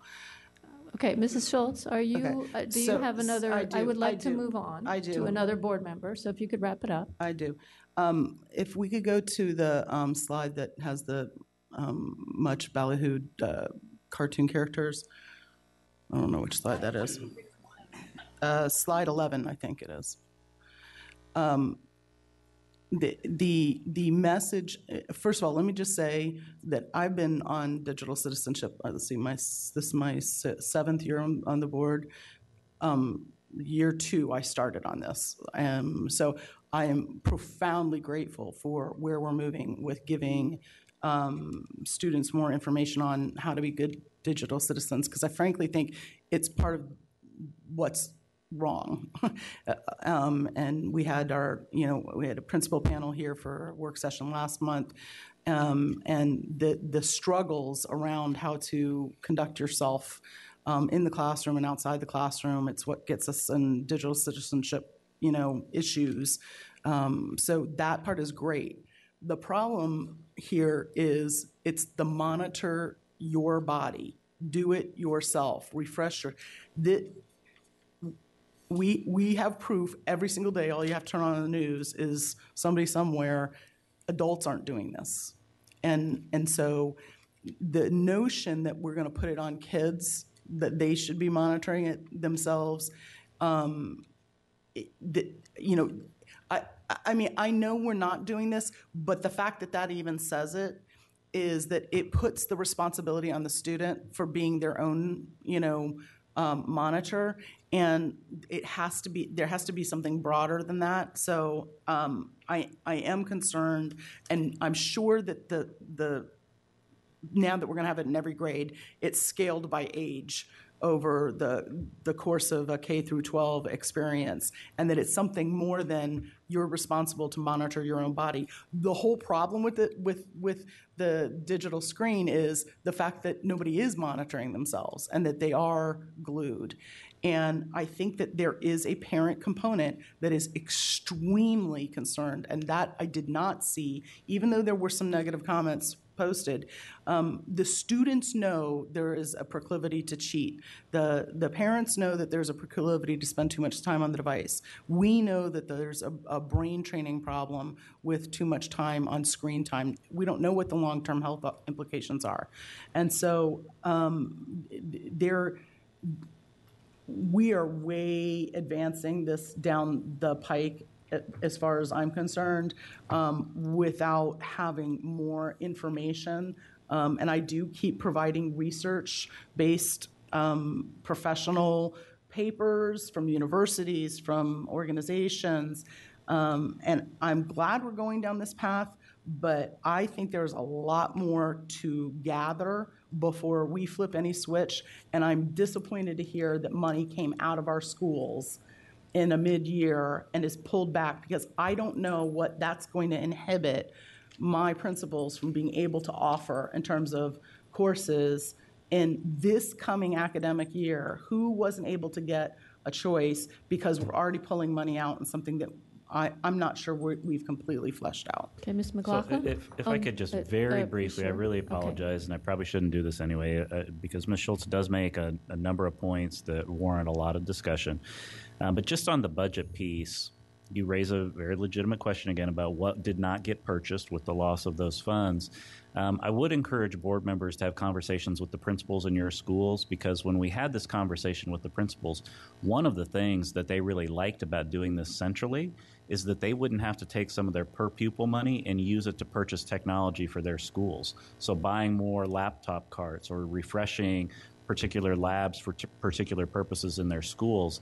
That was one of the big selling points to them in terms of the budget piece, was this is going to be done centrally, and I'm actually going to spend less money on technology in the aggregate across the entire system by taking some of my money, everybody putting in some money into the pot. That's going to cost me less money of my discretionary money to spend on technology. So again, I would just encourage you, maybe have some conversations with your principals. Those are great questions Ms. Schultz is asking. Okay, Ms. McLaughlin, thank you. Thank you. I'm going to see if I can again start at a macro level first. Dr. Brabrand, appreciate what you said, that this initiative started before you arrived. What I don't think you were able to maybe capture in your remarks is that I've been a member of this board for now 6.5 years. When this got first produced by Dr. Garza, and yes, she took this board by complete surprise in the way she approached it, and we pushed back in probably the most strongest way I've ever seen the board do in that term. We were then reassured that this was still a pilot, and FCPS would still run the pilot and see if this made sense for our school division. What has been laid out for us is not a pilot. There's no control group, so no one, not even Johns Hopkins, has demonstrated to us, here's a control group where you don't have it, and here's the pilot group that does have it.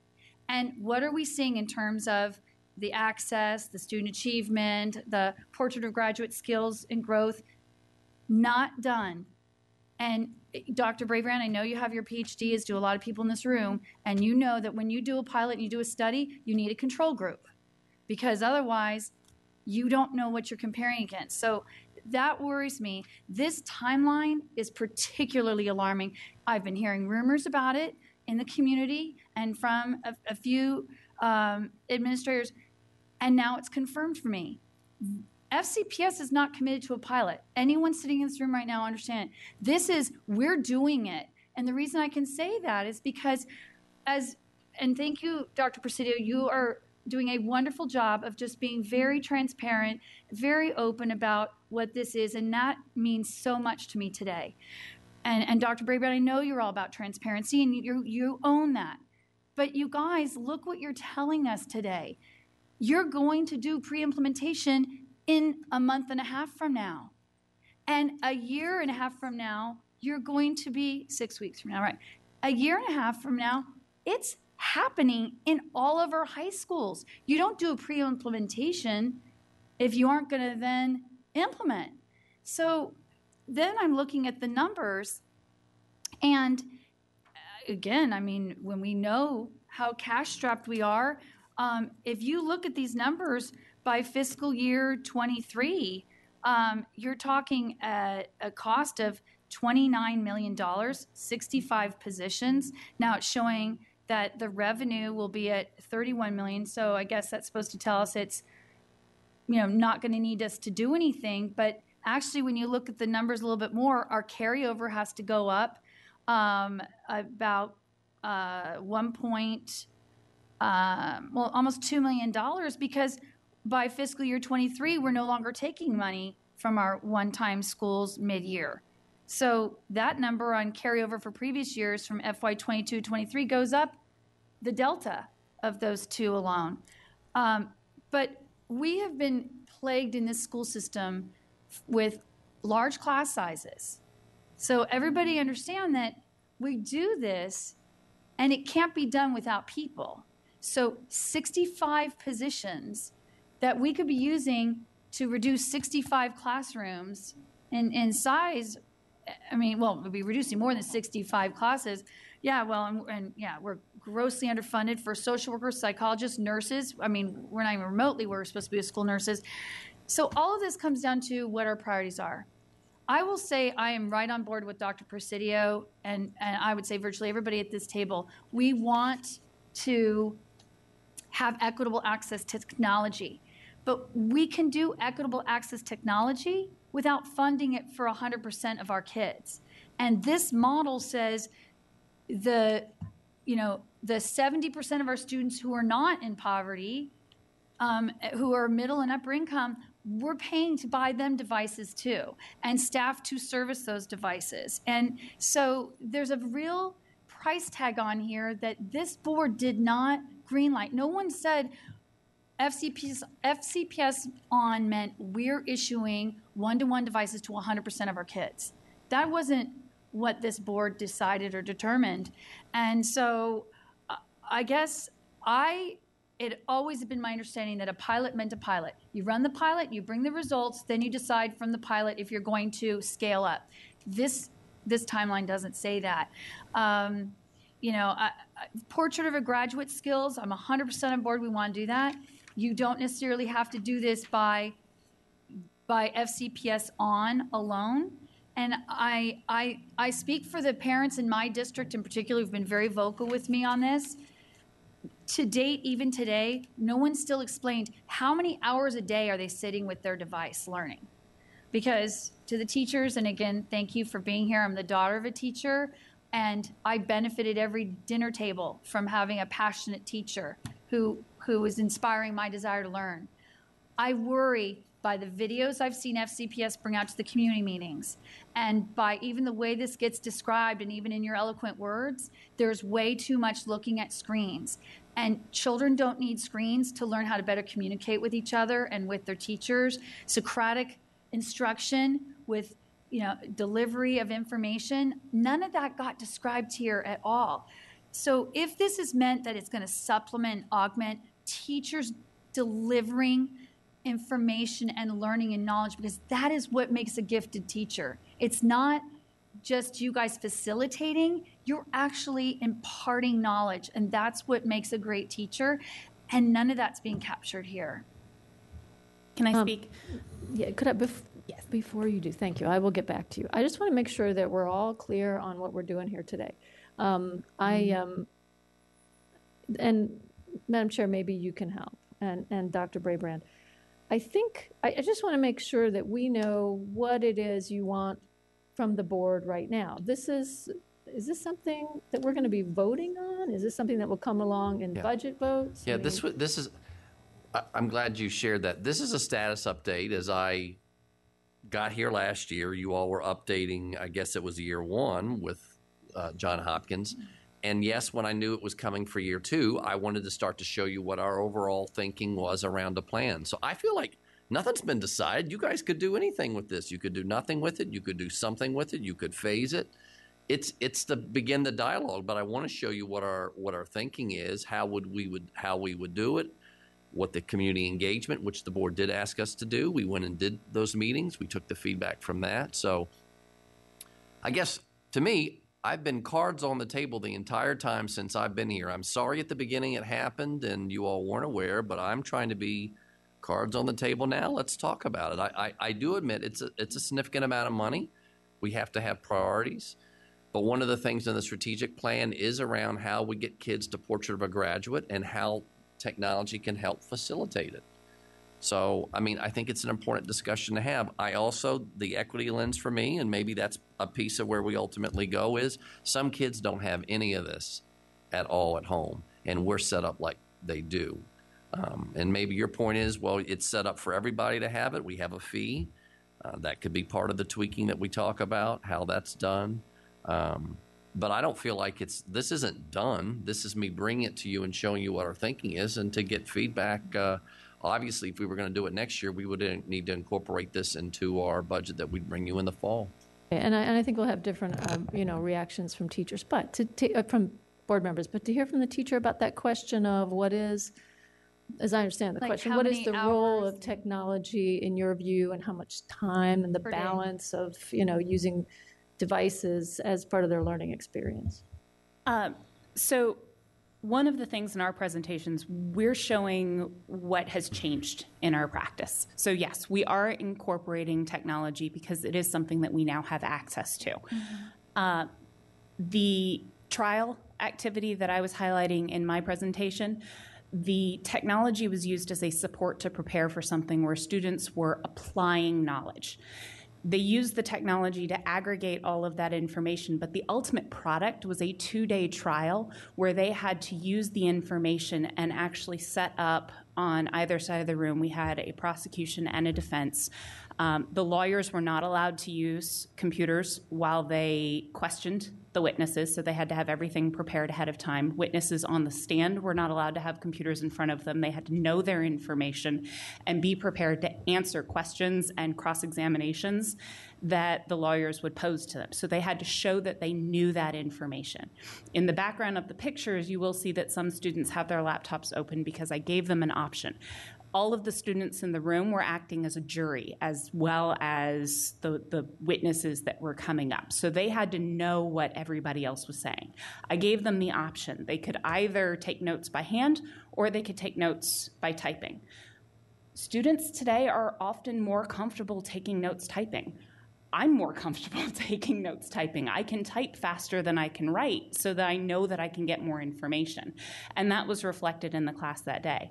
I have also multiple times throughout the year set up Socratic seminars where I give them an article at the beginning of the day related to something that we have been talking about in class. So they'll spend some time reading the article, and yes, that will be presented to them online, and then they close their computers and we move all of the desks into 2 separate circles, and they run a Socratic seminar for a good 45, 50 minutes of the class period. So there is a good amount of my class time that is not spent in front of computers, but the computers are used to support that information and knowledge. And I'll be honest, one of the things that's easier for me is that I can prep these lessons a lot faster because I don't have to spend an hour every morning printing off all of those articles because they have access to them online.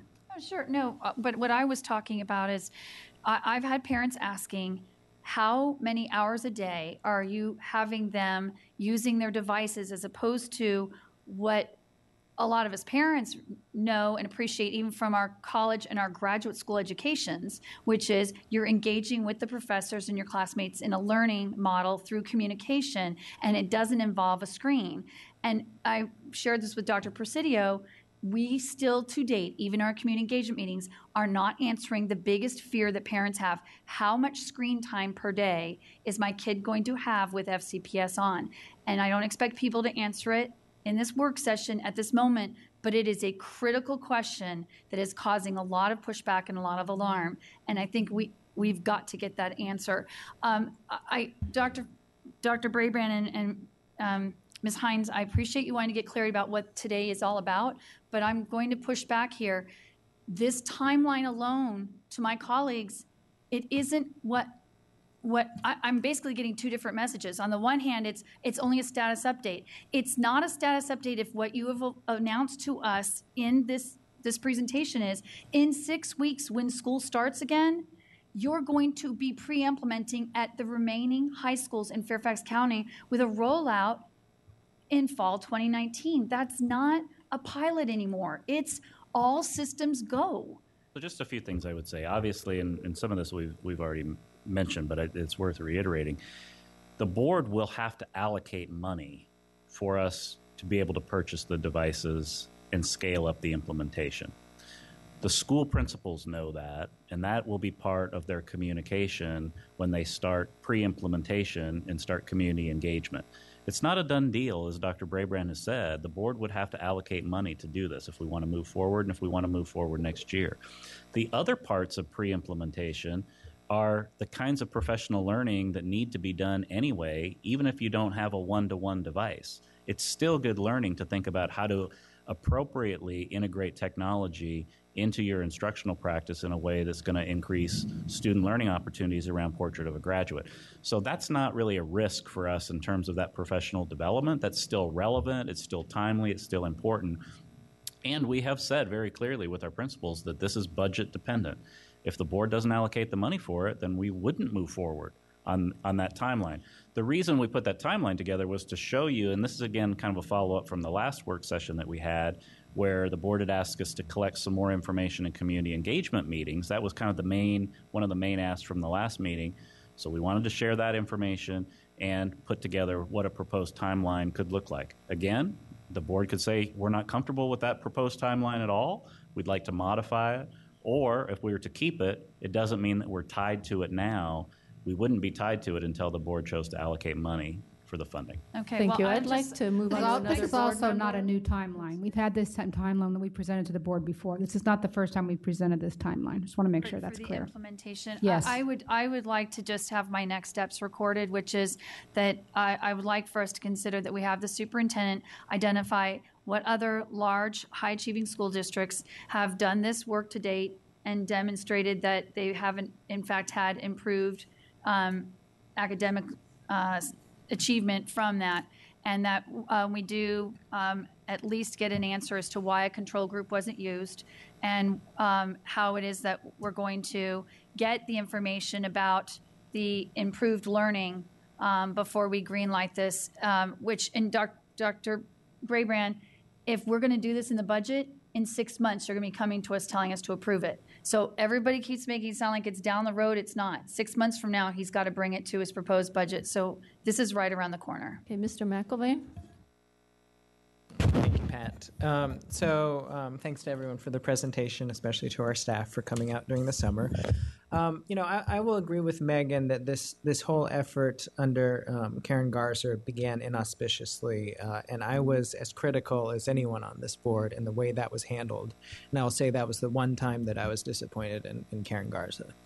But I think it's unfortunate that this whole effort has been painted by that. And I think, Sloan, I know, as one person, has been working on this issue for many years and studying it and looking at best practices. And so I do think today's presentation shows a thoughtful and methodical approach to get us where we want to go. So I am appreciative of that. I'm also appreciative of the work that Johns Hopkins has put into this. Last year when this was brought to the board, we asked of staff that they conduct community engagement, and we pushed back on them and we said, hold on a minute, we need to do this right. It was a mistake up front, but we can correct for that with community engagement. And so I do think staff has done what we asked of them. It's unfortunate there wasn't more involvement, but we can't get people to come out if they don't want to come out for sessions. That doesn't mean there aren't concerns with this. And that being said, I do have some questions about the funding in particular. And there is one person who's not at this table who I think should certainly be at this table now and going forward as we looked at the funding model, and that is Elizabeth Murphy. And so I guess my question would be, and I think I've raised this before, but to what extent have we approached, cold called, explored grants with corporations, foundations on this kind of work? Because I assume this is something that jurisdictions around the country are looking at, and they're looking for a district that will implement best practices and potentially be a model for the country. So, I mean, I would defer on the executive foundation questions to Ms. Murphy for sure. We've been very careful to try to avoid any collaboration with vendors that would be possible bidders. I mean, obviously, any purchases that we do go through a very competitive RFP process, so we've been very careful on that front. We have had conversations with the Executive Foundation about fundraising in a number of areas as related to instructional practice, so I'm not sure what success Elizabeth might have had, if she's had any possible leads on that at all or not. If she has, I haven't heard of them. But has she been engaged in this work? She knows it's going on and that we should be looking for funding. Yeah. Because I think it would be very easy to get meetings with representatives from like the Gates Foundation, from Microsoft, those places. Whether they would be potential vendors, I don't know. But when we're looking at tens of millions of dollars in costs, I think every avenue is worth exploring. The second point I would like to raise is, can I ask Lee to just walk us through which line items come from the school-based budget? I assume the per pupil set aside of textbooks comes from the school budget, correct? And then or any additional line items come from the school budget? Yes, the per pupil set aside, the textbook funding at 25%, and that's a permanent allocation of the 25% of the textbook funding. And then there's also one-time funding from the schools that we talked about earlier. That's some of their material and supply money. A small percentage of it allocated or taken from them, I guess, over 2 years, based on per pupil amounts. Okay, so that's the two line items, the 1.4 and the 1.2. Yes, that's right. Got it. Okay. And then my last question is for Dr. Morrison. You were engaged in this work for how long with us? How many more years? We have a contract just for this present year, so we do a year by year. Okay, but the assumption is that she would stay on and be able to present to us the longitudinal data, right? I have money built into my department budget for that, pending contractual negotiations. Oh, our contracts is so much fun. Okay. Independent of us. We have nothing to do with them. Yeah, but, I mean, I would hate for the background that you bring and the data that you've gathered to go to waste. So I'm hopeful that we can. And also, I believe you questioned other districts that have demonstrated. Yes. So I will bring up publicly available information for everyone. There was a meta-analysis published in one of the top-tier educational journals in 2016 that examined one-to-one laptop initiatives that demonstrated a significant impact on student achievement. There's also a dissertation from one of my very, very, very well-respected colleagues out of Canada. And the dissertation was in 2016, conducted by Bethel, and he reviewed, so the journal article only reviewed other journal articles, published journal articles. The dissertation reviewed technical reports and anything that even hadn't been published.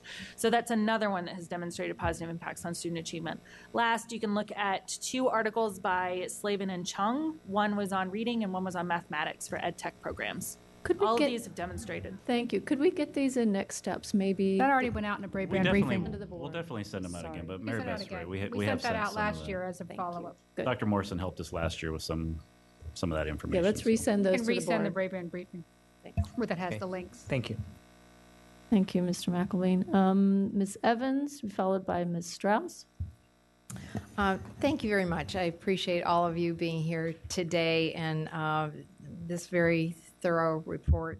I'm very glad to see that we're going to address in a serious way the issues, the mental health issues and the physical health issues. That's something that, aside from this particular initiative, I think we're really going to have to address.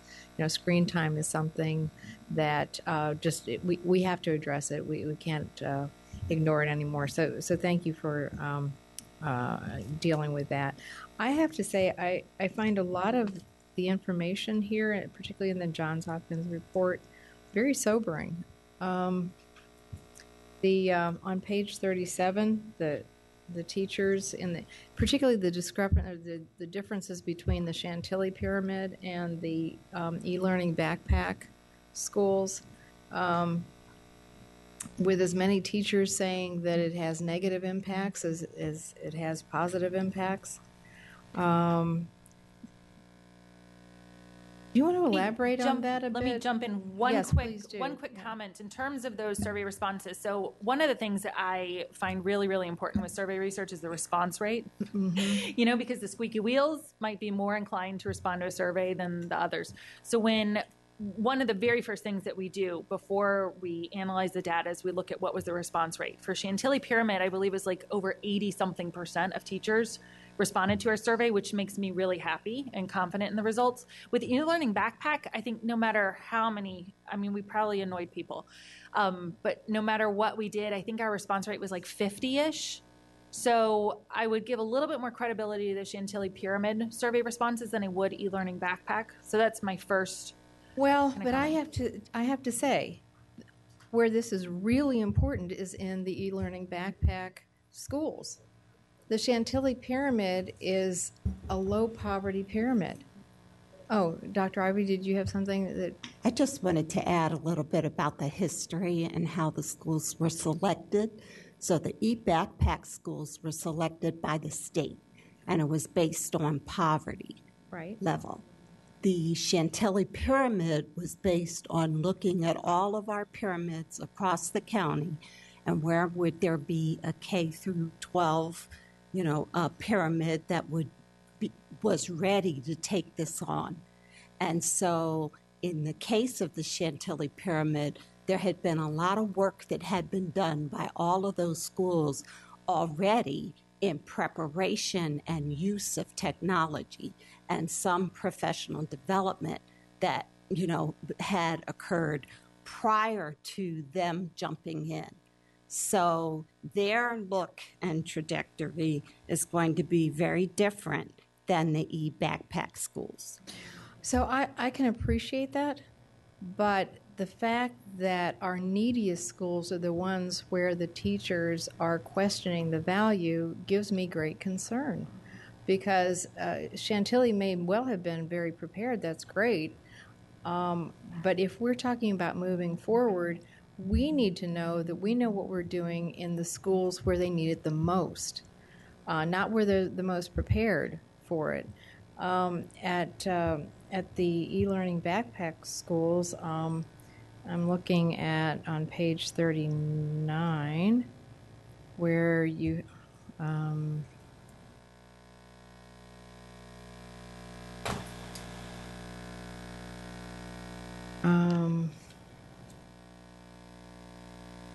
where the teachers said they didn't think it had a positive impact on student learning. So just a few things I would say, and I definitely want Dr. Morrison to jump in. There's so much information in the report. I think we have to be careful about just pulling out small pieces of information, because, when I go through there and I look at the survey results, for example, on the survey for teachers, when we ask is technology an integral part of my teaching practice every day, e-learning backpack respondents responded 89% say yes. So there's information that sometimes is dichotomous a little bit in terms of the responses, and we have to try to aggregate all that together, which is, I think, the summary that Dr. Morrison tried to provide. So you're right. Everything is not positive in the report, which is why I think the methodology is so helpful. So one of the things that we have to learn is what's not working in those schools for those teachers. And as Dr. Ivy said, we know on the front end there has to be a lot of preparation for teachers to be successful with an initiative like this. And unfortunately, the way we received the funding from the state in e-learning backpack schools, we didn't have the upfront preparation, which is one of the reasons why we've said we want this pre-implementation year at every level before we implement, because not only do we need to prepare our community around this work, we need to prepare our teachers around this work as well. So I think some of those pieces that you're pulling out, they're really important pieces of information. And what I want to look at is longitudinally, are we getting better? Are those results getting better based on the supports that we're putting in place now? And what have we learned from those experiences of those teachers that didn't have the support up front, that we can do a better job when we bring on new schools, if the board chooses to expand and bring on more schools? And I don't disagree with you about that, but I think we need to see that as a red flag. If the schools that need it the most are the ones that are the most skeptical of it, we need to listen to that. I mean, these are, and I noticed the difference between what the principals are saying at these schools compared with what the teachers are saying. You know, there's a disconnect there between what the teachers are saying and what the principals are saying about the learning. And if you're saying the teachers just aren't prepared for this, is that your contention, that that's why they believe that the initiative hasn't been as positive as we've seen in the Chantilly Pyramid? I'm saying that's one of the big nuggets there, and I think there's more information that we need to glean. But that's one of the big ideas is we have to give teachers adequate time to be prepared before we bring these devices into the classroom. And there's a big difference between having that time up front to prepare not only just your classroom management practices and the routines and the device management and everything to set up your classroom so it functions well. Right. You've got to get that done before you can start thinking about your instructional practice. And if you didn't have time to do any of that, and I just brought in 30 computers and said, here you go, you need to figure out how to make this work. I mean, my experience would be if that happened to me, I probably wouldn't have real positive perceptions either, potentially. Okay. So. Well, if that's the case, then I think we need to be focusing very strongly. We need to be focusing more of our efforts on making sure we have it absolutely right at these 6 e-learning backpack schools, because they are our highest needs schools.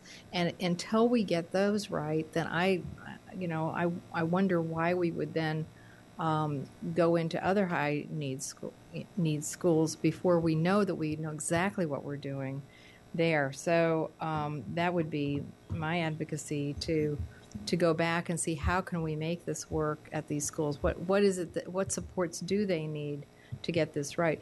Do we have a figure on how many students at the e-learning backpack schools did not before this have access to computers, and how many in the Chantilly Pyramid didn't have access? I'm looking at the folks on the back of the room on staff that might have that information. Do we have it handy, or is that something we need to follow up with? Follow up. Okay, we can follow up with that. My guess is you had a lot of students in the Chantilly Pyramid who had plenty of computers at home, and my guess is you have a lot at the e-learning backpack schools that did not. Well, one of the things that we learned that was really kind of counterintuitive, and I see, I think Elizabeth wants to get in here, so just real briefly, is that we did learn when we rolled out electronic textbooks, and you remember the challenges that we had with that 6 years ago. Yes. That actually we had some assumptions that many of our families had adequate access to technology, and even though they might have had high-speed fiber optic, connectivity at home, they might have a family of 6 and 1 or 2 computers. So the access to the devices that they had was not necessarily adequate, even in middle class or upper middle class homes. Right. So I'm not opposed to what we're doing. I am saying we need to get it right first. In terms of the data and the historical data, we did change the question that we used to ask. We used to ask, did you have a device at home? Right. But now we changed it, did you have adequate devices? So that's why I'm saying we may not have that data. It's not completely apples to apples because we changed the way we asked the question to exactly what Dr. Presidio's point was, is that they may have had a device in the home, but it may have not been enough for each of their students. Right. I wouldn't mind seeing both of those numbers, though, because if a student just plain old doesn't have any computer at home, we can give you what we have. I'm just trying to be clear about what we may not have exactly. I think we have that school by school, don't we, Mary Beth? We have yes, we do have that school by school, and we added also that question on the emergency care card so that we can update that every year. But again, we changed it slightly, the nuance of that question.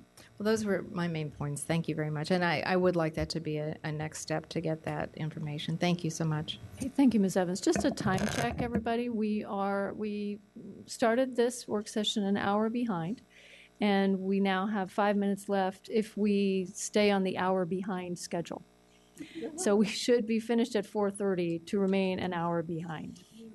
We have 1, 2, 3, 4 more board members who want to speak, and then Ms. Palchik and I may or may not take a turn. Anyway, I don't know, Ms. Corbett-Sanders, if we might want to do a follow-up. If board members could be quite succinct, and if there are questions that we need to follow up on at another time, maybe we should think about that. Anyway, next on the list actually is Ms. Strauss. Thank you. I am very excited by this project. It's high time that we went down this road thoughtfully.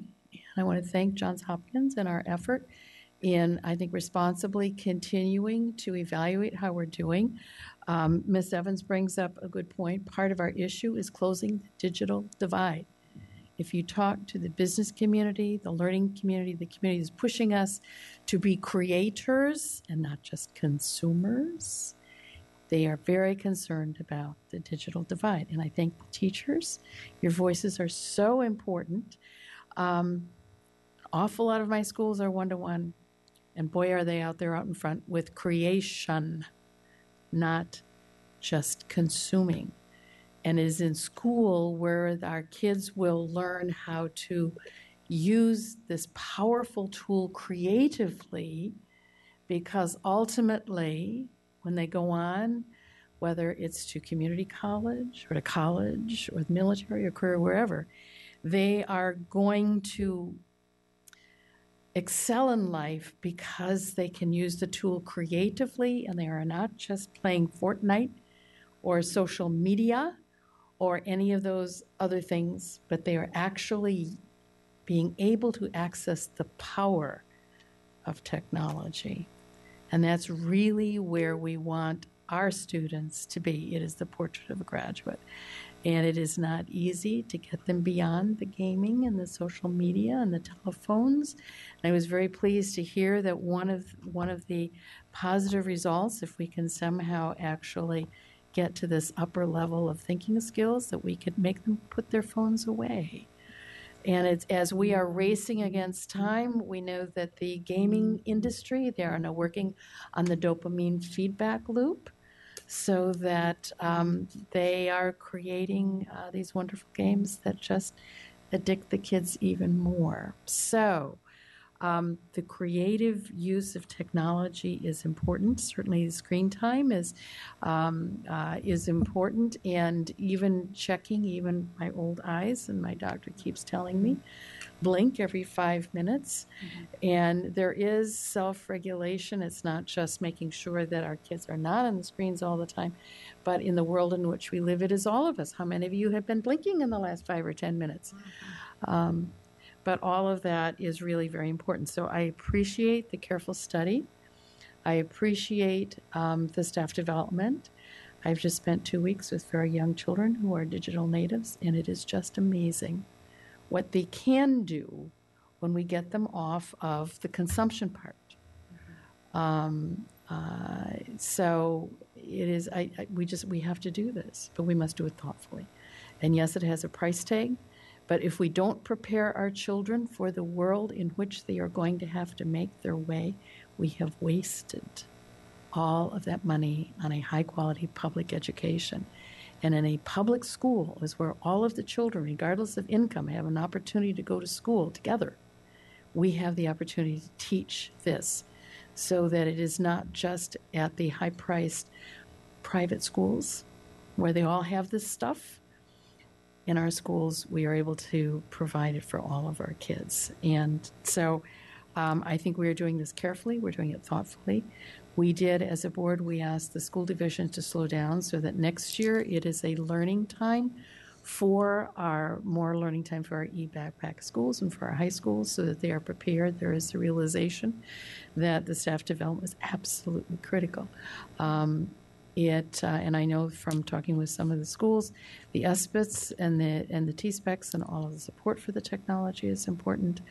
But as I am reading through the responses on the surveys and some of the stuff that the parents have said, is how much more efficient the learning is for the children, how quickly they're able to put together all of this information.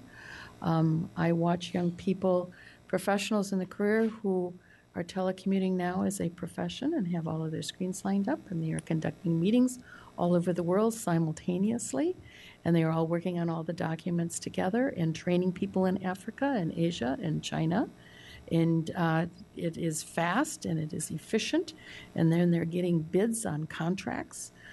That's where kids are going to have to work. So, thank you. I think we are thoughtful, and I think we continue down, and I'll be very interested in seeing the rest of the yearly reports to make sure that we actually, part of our challenge is this kind of learning, and part of our frustration is a standardized test and an SOL. Will this show a result, a positive result on SOL? I suspect that it will, but I think the greater result is going to be in these higher level thinking skills, capstone projects, using data. This is the way the kids at Thomas Jefferson learn every day, and this is the kind of education we would like for all of our kids. So, good luck, and I think it's good work, it's thoughtful work. Thank you. And there is our public. Ms. Corbett-Sanders, Mr. Moon, and Ms. Darnett Koufax. Thank you very much, and I will be very brief because I'm going to try to get us back on a little bit on track. Thank you. This is a great presentation, lots of good information. I have not read your full report from Johns Hopkins. I plan on delving deeper into it. I feel like today has been somewhat of a almost a blurring of, is this a status check or is this actually a plan of action? And so in an effort to try to bring it back on track from that standpoint, I think we do need to have a follow-up, schedule a time to actually have a discussion that says, this is the plan that we would like you to adopt for FCPSOn. And in that, you need to have as part of it a, if you're asking for this much money and this many resources, what do you intend to give up elsewhere? How do you plan on addressing it? And so what is the cost benefit of this plan? And secondly, how do you plan on addressing some of the concerns that have been laid out? I mean, the mental health concerns and the impact on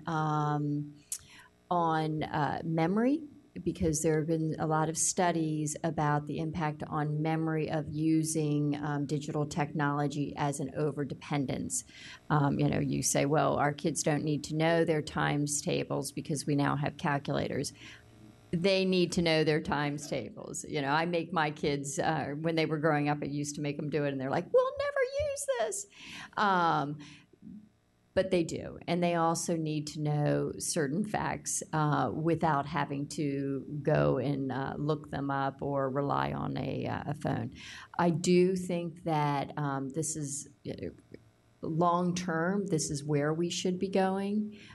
We should not be using phones in the classrooms because phones are a consumption device, whereas if you go towards this model, it is a device that allows for creativity.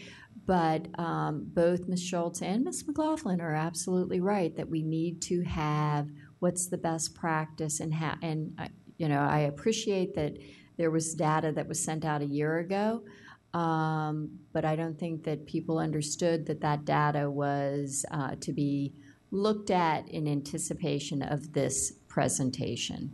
I do have a couple of questions as far as the timing for a plan, because you have in here a funding model which has this next calendar year or next school year being used for prep work, and the following school year being used to actually roll it out to all of our high schools.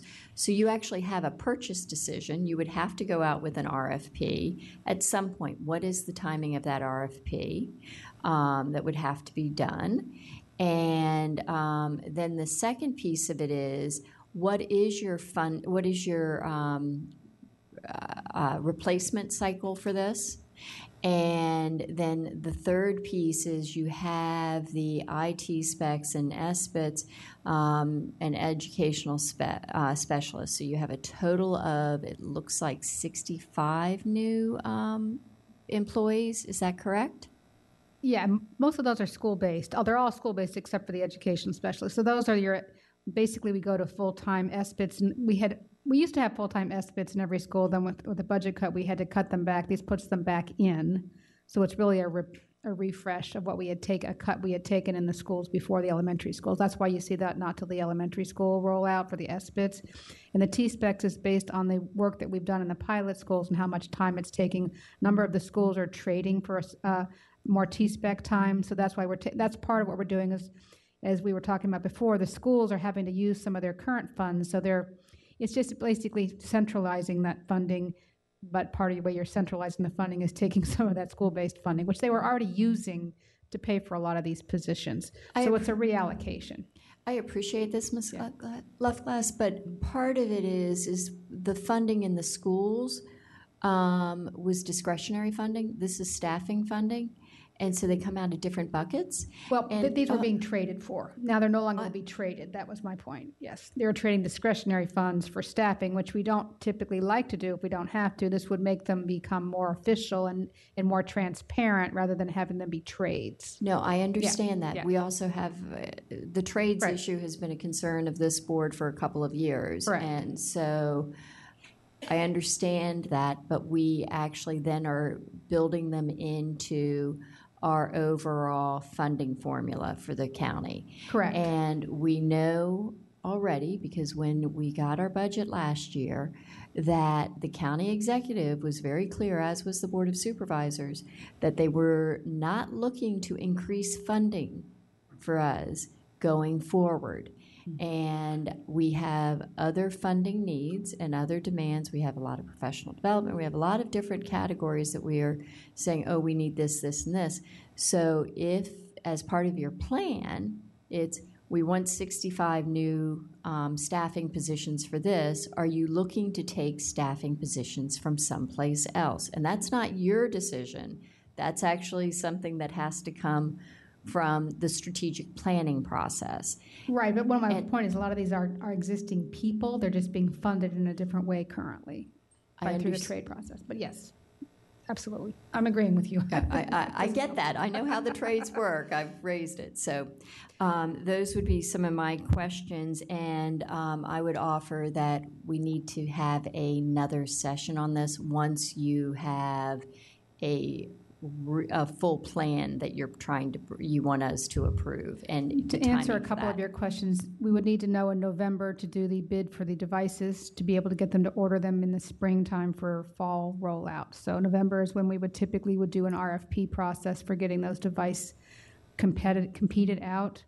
So that's in terms of our next timeline that we would need to make some decisions. Again, an RFP doesn't guarantee we're going to purchase them, but that would be when we would start that process should we decide to go forward.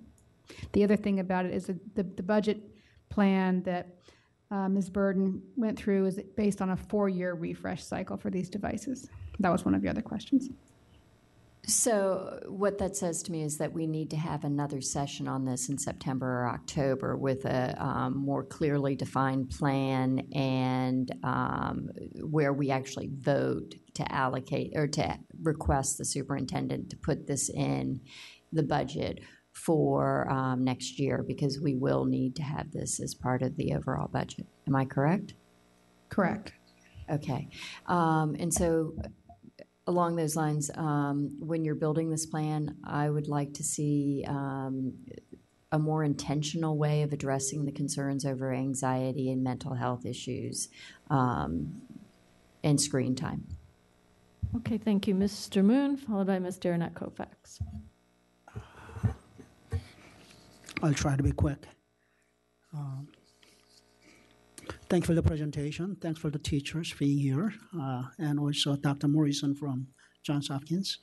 I was not able to read the entire page of your report, but I initially really planned on reading the whole thing, and then somehow ran out of time over the weekend. But your executive summary was very helpful, and also I was able to look at some of the survey data on the back in the index. Numbers look more interesting than all those words. But having said that, just delaying it this indefinite period of time is not something that we should be doing. Which way we want to go is something that we need to make a decisions on. One thing that I worry about, not doing this sooner is that the gaps between haves and have-nots will continuously widen. I understand the concerns from Ms. Evans about those e-learning backpack scores, why a teacher's responses are not as favorable as centrally pyramid teachers, maybe as explained by Superintendent and Dr. Presidio, that maybe they were not as prepared to use the devices as they were provided by the state.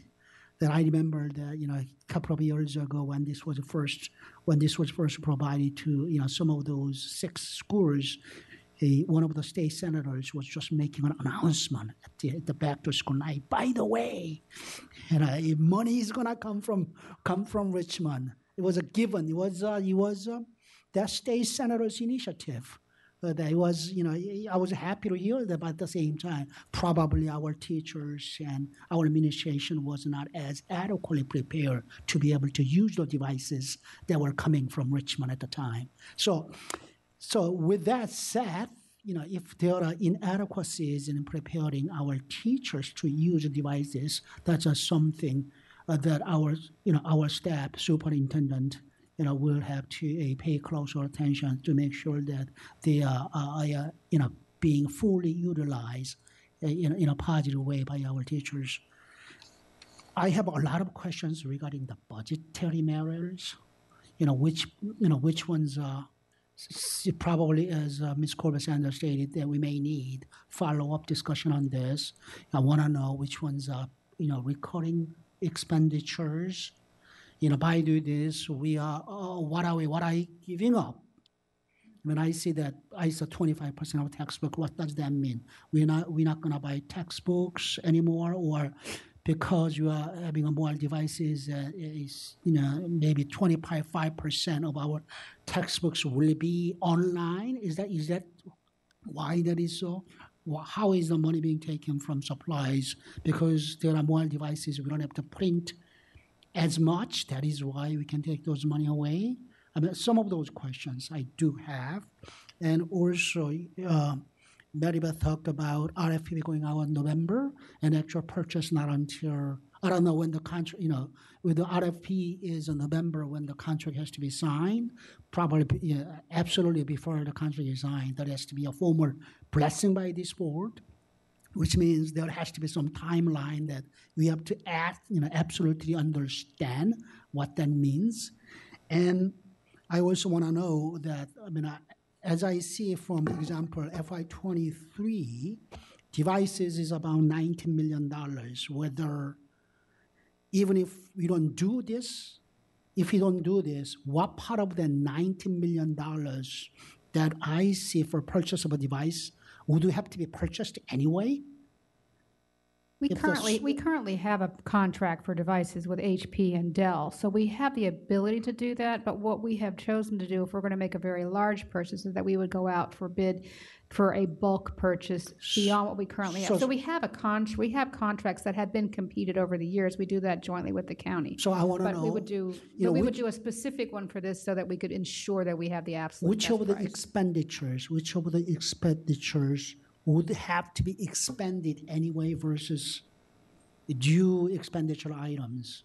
The expenditures that are happening today are what you see in that textbook line item, because many of our schools use that textbook money to buy computers, and you can talk to your principals, and that's where they spend a lot of their money. And the other part is that the REOC money is equipment money that we would reallocate to this. So I would love to have that, those responses in writing, so that I can contemplate it on a little more.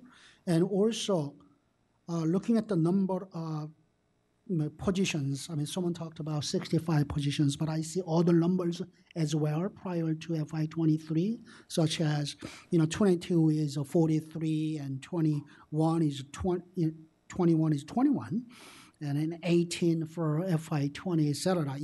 Whether by FY23, does that mean we have to add up all those numbers to have a cumulative? Is that whether that's just additional staffing, or is just reallocation from some other places?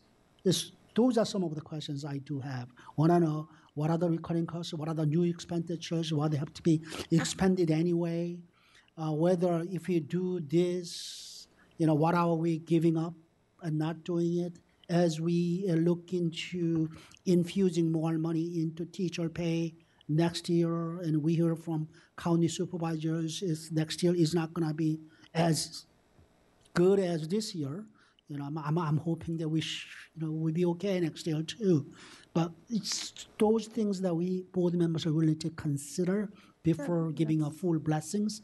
But I appreciate, and that's part of the strategic plan, and all of that is absolutely what we are looking for you all to decide your priorities. But I'm happy that you are providing with us more information today, and I absolutely again want to reiterate what I said at the very beginning.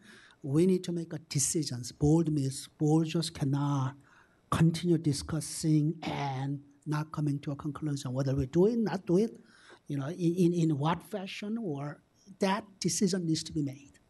And so, Mr. Moon, what I hear you saying is when we meet again in October, that will be, we will definitely want details about the budget implications, because that's really what the superintendent will be looking to us for, is some kind of a go-ahead when it comes to if possible, if it can be done in September, even better than October. Whenever we can get answers to because those if RFP has to go out in November, I would like to know sooner. Okay, and when we get to next steps, we'll talk a little bit more about that. Thank you. Ms. Darnett Koufax.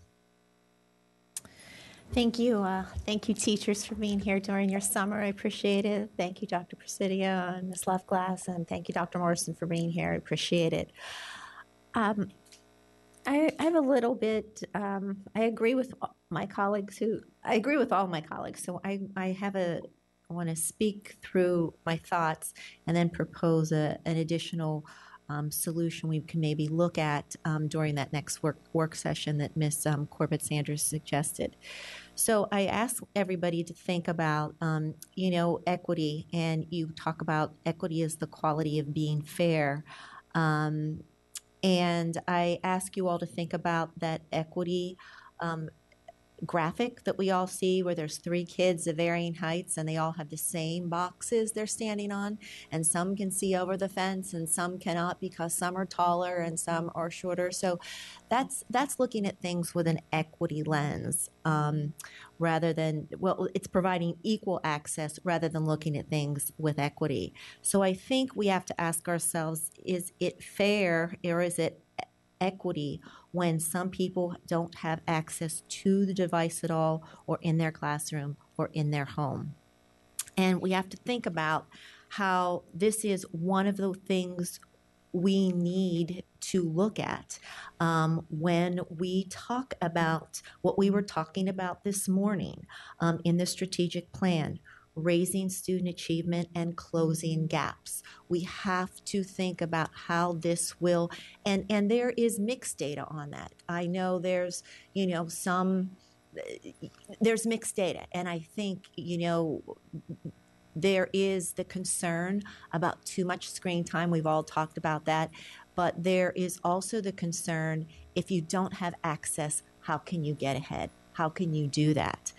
So Ms. Evans talked about, she brought up the point about the e-backpack people, and that generated a lot of good conversation, how those schools didn't see as much success, and their principals were, not as convinced. So I ask us to maybe look at this with an equity rather than an equal lens, and perhaps if we're going to move forward, or at least for the next work session, have additional costs for rolling out in high schools that are the neediest, and base this upon poverty rates.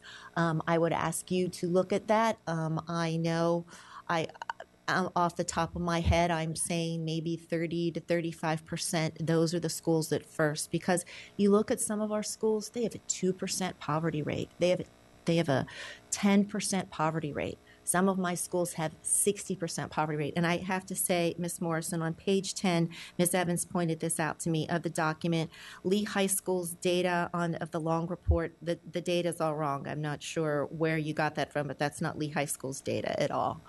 So that's page 10 of the long report. That's incorrect data from every data point. So we need to look at that because, or you need to change that.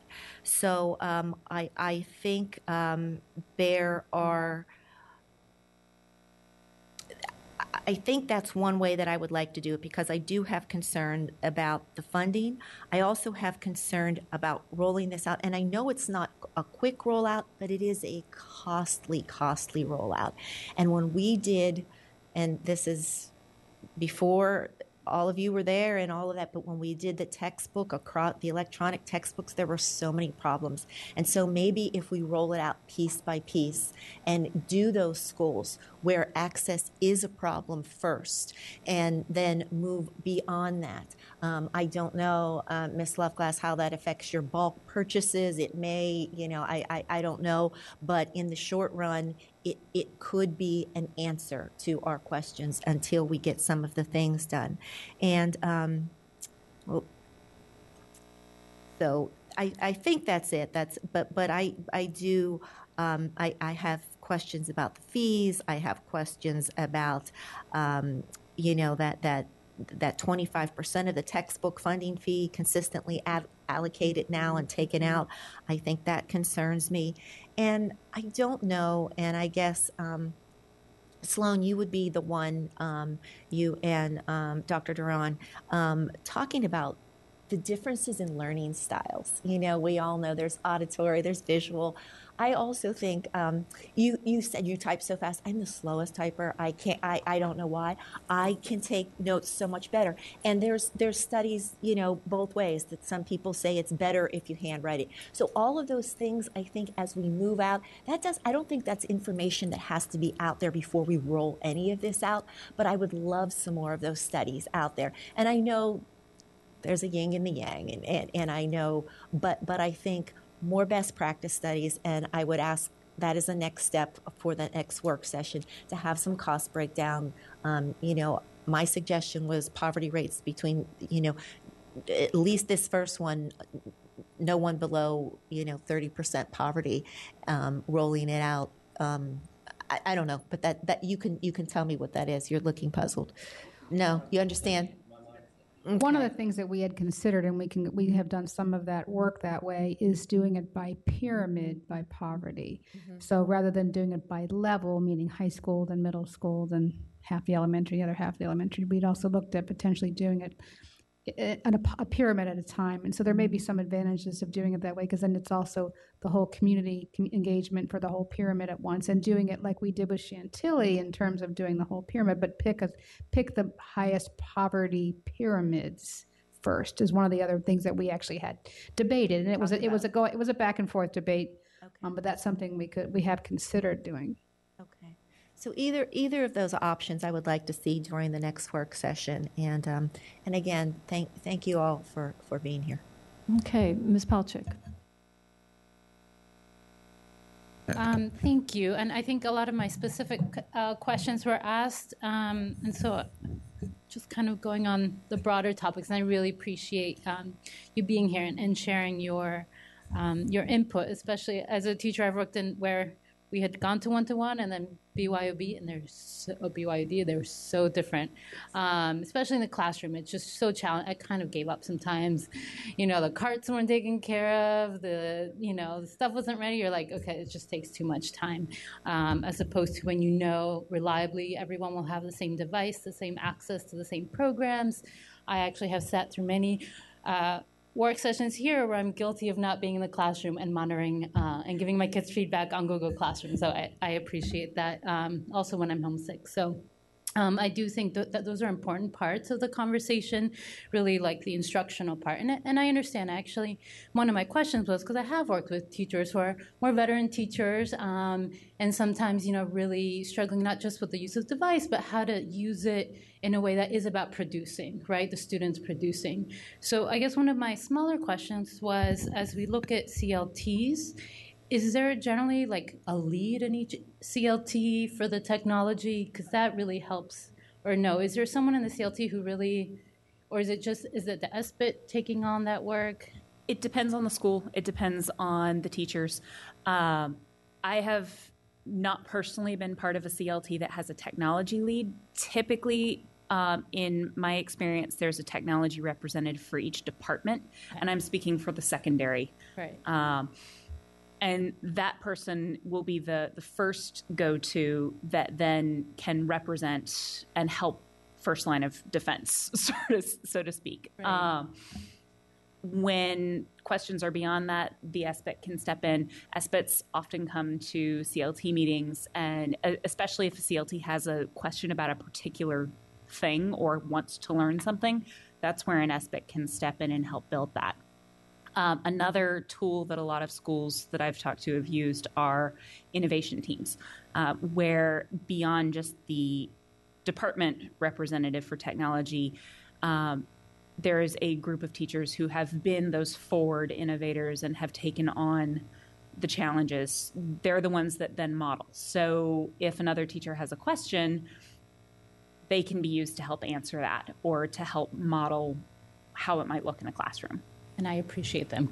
Even though I'm a younger teacher, I often have my kids writing in a notebook and reflecting and, doing technology as it's useful and being modeled in other places. So. Age does not necessarily correlate with how well technology is used in a classroom. Thank you. To piggyback on that, in middle school, it's called a Vanguard team, which is per department. And then in elementary school, some of the schools have technology committees. But unfortunately with that often meet before or after school. And then in high school, some of them have innovation teams. I purposely align myself with the instructional coaches in the building because, once again, I don't want to do technology for technology's sake. And then with the instructional coaches, I work with an instructional council where all the department leads will come together, and then we talk about whatever is happening in the school or things like that. And I do go to a lot of CLT meetings. So helpful. Thank you. So beyond just the instructional part, I do think that the awareness, the screen time, the health, well-being, the mindfulness are really important. So I guess that's a question where I would kind of like to know, as we go through this and looking at next steps, is Ms. Johnson's department, or can Ms. Johnson's department work with, with your department, Ms. Loveglass, to really look at, I know I'm a language teacher, organic world language, which is, there's some technology, but a lot of it really is about movement and brain exercises and, using technology. I had my students do debates in Spanish. So it's doing it appropriately, but also teaching our kids. Technology's here. It's not going away. I don't know how we would do our work at this table without our technology. So I don't know how we can expect all of our kids to do their work without the technology and learning how to use it. So maybe perhaps the next step I would like to know is, are there ways where we can integrate more and support teachers in how to both bring in the technology as well as some of the mindfulness work we're trying to do in our schools. And professional development has been brought up a lot at this table today. And one of the things that Chantilly did, and again, I came in this year, so I was not here for the first year of FCPSOn at Chantilly. But one of the things when I did come in that everybody said worked really well at the school was the mindset of try just one thing. Mm-hmm. So it wasn't this huge overwhelming, you have to learn every single technology tool right now. And then this year we expanded on that as teachers became more comfortable with using the devices and recognizing that the devices were there and what they could do with them. We had the teachers decide, they let us know what professional development they wanted to expand on, and we created cohorts. I believe we had 14 different topics this year, ranging from Google certification to writing and literacy, which is not strictly technology-based. That's just something that's more student-centered, along with project-based learning. So those were ideas that teachers decided they wanted to learn more about and focus on throughout the year. And then they formed small cohorts, small groups, and met when it was convenient for them, before school, after school, at least once a month. And that was the professional development. That was their one more thing that they focused on this year. And so I feel like there were challenges to that. It wasn't 100% accepted across the board. You're never going to have professional development that is. Right. But it was something that modeled what we're trying to do in the classroom in terms of giving choice, letting people work at their own pace, and finding the thing that works best for them. Thank you. I appreciate that. And then, I mean, the main point, and I agree with Ms. Darren at Kofax, I do think that we need to focus on the biggest two issues we're trying to address here. So the equity. So I actually had the same question about the pyramids, also wondering, you know, that's a different model. It wasn't between the e-backpacks and the Chantilly pyramid. So even if we're looking at 5 to 12, right, you know, rather than doing it all the way down. So I guess I would like to know, as we move forward, and my question, when we have to make those decisions, it sounds like it'll be, you know, early fall, what are different models, and then what are some of the pros and cons of one versus the other?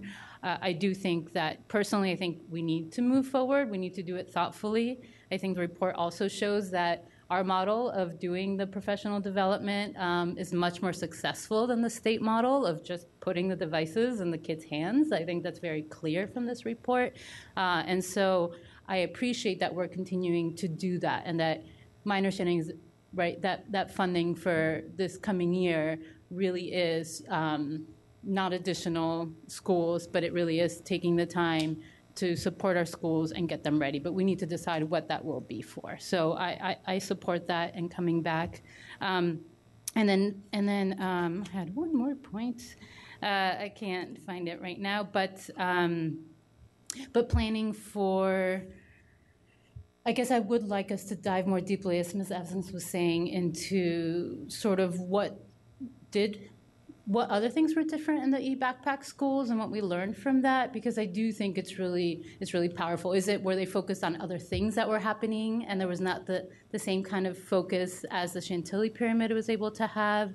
You know, were the principles, you know, in the same place. So I do hope that from this we can look a little bit more on how to do that. And my final point is, I think we cannot ignore the fact, and some of the reading I was doing, of our students with disabilities and how it is affecting their learning. I know a partner who, you know, twice exceptional, and without technology would not have been successful. So I do think, and we have some kids who have technology, and it is helping them be successful in school and at home and communicating, and students who are maybe more introverted or have other things that technology is helping them. So I don't know if that's something that, you know, I don't want us to ignore, but to also look at when we talk about equity as giving how is this a tool that will support students. So thank you very much. It looks like we have more conversations moving forward. Ms. Hines. Thank you. Okay, I think I'm last. Finally, thank you for your patience. Anyway, as a teacher myself, I just spent the last year in an elementary classroom in Arlington, and they have one-to-one. I taught in Fairfax before that, and I'm telling you, I never want to go back to a building that does not have one-to-one. It's not perfect, but oh my God, you cannot in 2018 do all the things that you have to do as a teacher without it. I just don't think you can.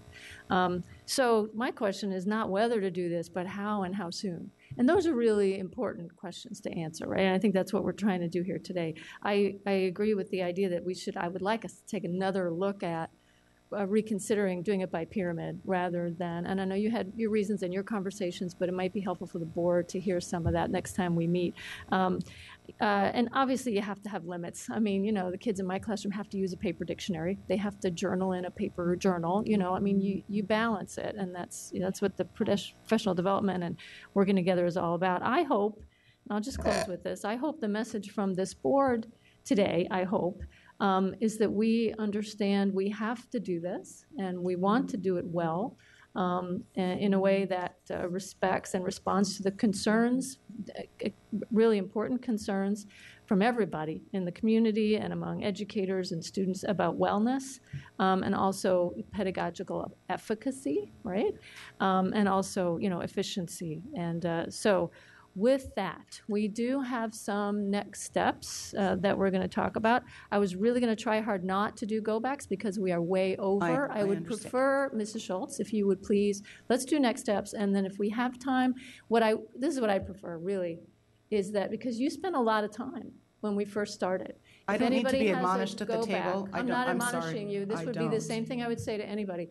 Why don't we say go-backs are by email to the superintendent, copy to the full board? This is an idea I'm throwing out there. Am I off? Should we let Mrs. Schultz have a go-back? I'll leave it to everybody else. I would suggest if it can be brief, just let her go ahead. We can try. Please. I appreciate that. I had earlier stated that I was concerned that there were no results. I would like to direct my colleagues specifically to the Hopkins report, to page 89, 88, and 89. And this is why I'm concerned that we're going ahead and doing this. When I see these are the teacher-driven outcomes on students, and I see things like the student engagement in my classroom has improved this year. High school, 13.2%. Middle school, 16.5%. My student has improved their demonstration of their portrait of graduate skills, and then over the course of the number of skills, 15%, 14%, 16%, 10%.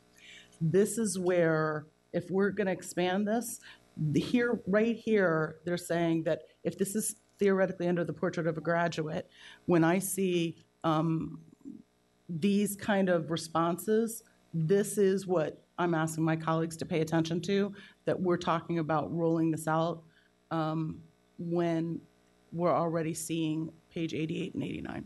Okay, good. We have next steps. Could we put them up there?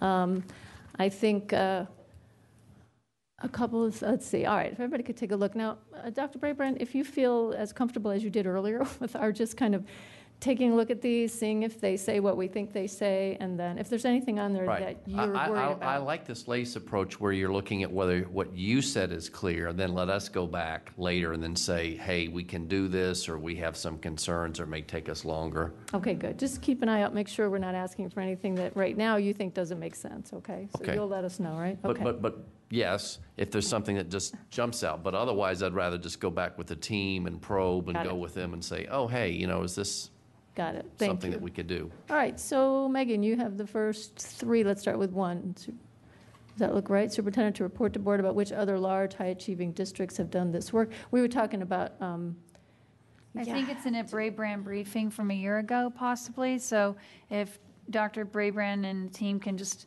make sure that's what that was the information that was sent, or if there's anything else, that's fine. I mean, it does read as I had asked, so they can, yeah. And then number two, I think, yeah, it'd be helpful for us to know why a control group wasn't used in this pilot. And then number three, I don't really understand the wording on number three, provide results of 1 and 2 before requesting board approval to move forward on this schedule. Okay. I took it to mean that you wanted to see the high-achieving, large, high-schooling school district information as well as some control group information before a final decision would be made by the board. So it's based on mine 1s and 2s. It's your 1s and 2s. Yeah, exactly. That would be good. And I guess what isn't captured there in terms of moving forward to the schedule is also, and maybe it'll just be tacked onto somebody else's. I just want to make sure somewhere we're capturing that the option can be that we're making sure we look at providing one devices for our students who can't afford it as one of our options, because right now we're talking about providing it to everybody. So if that's captured later on, we don't have to plug it in. It's not captured anywhere? So sort of alternate approaches to the rollout or the phase out? Yeah, Okay. yeah, to the phasing in, yeah. Right. Yeah. Yeah, I think that does show up again as well. So we'll see how it fits. Okay. All right, number 5, Mr. McElvain. Mm-hmm. Number 6, staff to resend reports included Brabrand briefing. Yeah, I think that actually was the articles that were referred to. Yeah, thank you. That's great. Number 7, find out what supports schools raising concerns need before moving forward. So that almost captures it, but I think what we really need and what I was advocating for is a specific plan to address the weaknesses and concerns at the e-learning backpack schools. And since it looks like we're going to have a work session perhaps September or October, I would think that would be the opportunity to bring that back to us, to say, how are we going to address this as we're looking at expanding it. So to address by fall work session. All right, number 8, Ms. Evans. Yes, I think that captures it. Just the compare. I think Ms. Leftglass knows what I was looking for there. That comparison with access. Right, pre and post, right? Pre and post access, right? Well, actually, just how many students in the post is 100%. So right, but we can do the pre. Yes, but it's the pre. How many didn't have either any or adequate? Okay, thank you. Number 9, Ms. Corbett-Sanders. I was actually thinking that they would come together 9, 10, and 11, and what it is that provide to the school board in advance of a September, October work session a implementation plan with options for FCPSOn to include the cost benefits, staffing, budget implications, and what we would trade out. Madam Clerk, are you okay over there? Does that make sense?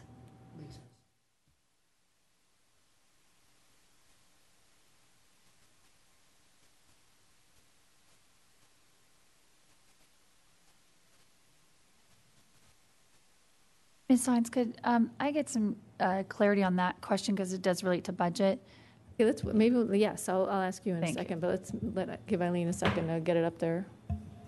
Leave the mental health and all that in there. More of a plan.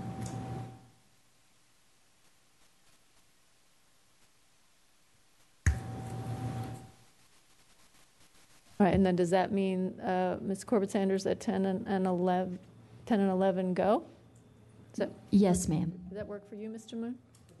Okay, all right. Ms. McLaughlin, you had a question about it? Yeah, just on 9, because so much of the budget implication is listing almost $20 million in carryover.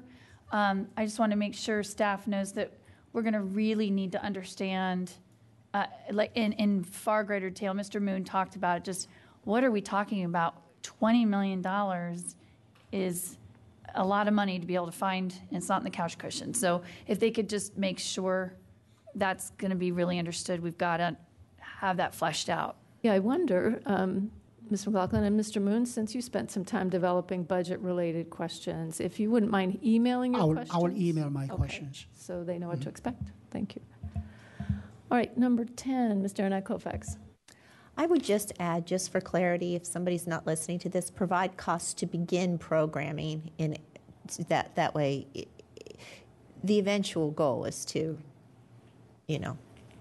roll it out where needed. But I would talking about poverty rates to begin with. Yeah, I think we were saying that maybe at the October work session we could compare this plan with the plan of doing it by pyramid, starting with our least well-off pyramids. Correct. Yeah, right. Correct. I just wanted to add that to begin. All right, number 11, Ms. Palchik, does that seem? Yep. Okay. Are there more? Is this a 2-page document? Oh, good. Okay. All right. I will. Oh gosh, thank you all very much. I have one more. Yes, just a 12 to add because it was a question I'd asked quite a while ago. However we roll this out, we do have schools that are one-to-one now, but do not have the kind of staff development. So I guess that question 12 is, can we make, particularly at the high school level, some of this intensive staff development available in a lot of those high schools who are already have expectations of a one-to-one? Just one of the things to make sure that you're aware of is a lot of the schools that have sort of cobbled together one-to-one, they don't have a refresh plan, so there's no funding. And this plan includes a 4-year refresh, and so even for those schools that currently have old, have equipment that they're doing, they don't currently have the funding for a refresh, which is why we included all schools in this, including the ones that currently have to cobble together some equipment from here and there and old equipment to move forward. But they definitely need the PD. Yeah, that's my question. Can other schools that are not in the rollout within the next 2 or 3 years have access to the PD so they can learn to be creators and not just consumers? I also had on there, I don't know that we've ever had the answer. I think several of us have asked previously to this work session whether any of the withdrawn funds from the schools have affected curriculum offerings. And I think that that is a crucial thing for us to understand. Okay, Ms. Melberg, did you get that? We have to add another question. Sorry. I would include that in the budget questions. There's budget implications. Yeah, like the funds that have been used so far out of school-based money, right? Is that what we call it? Carryover school-based funds, right? Have they been taken away from anything not technology-related, right? Not my question. My question was whether or not the pullback of funds has affected the ability of any of the schools to offer particular curriculum choices. All right, thank you. We do have, so thank you all very much. You get the rest of your day back, so thank you.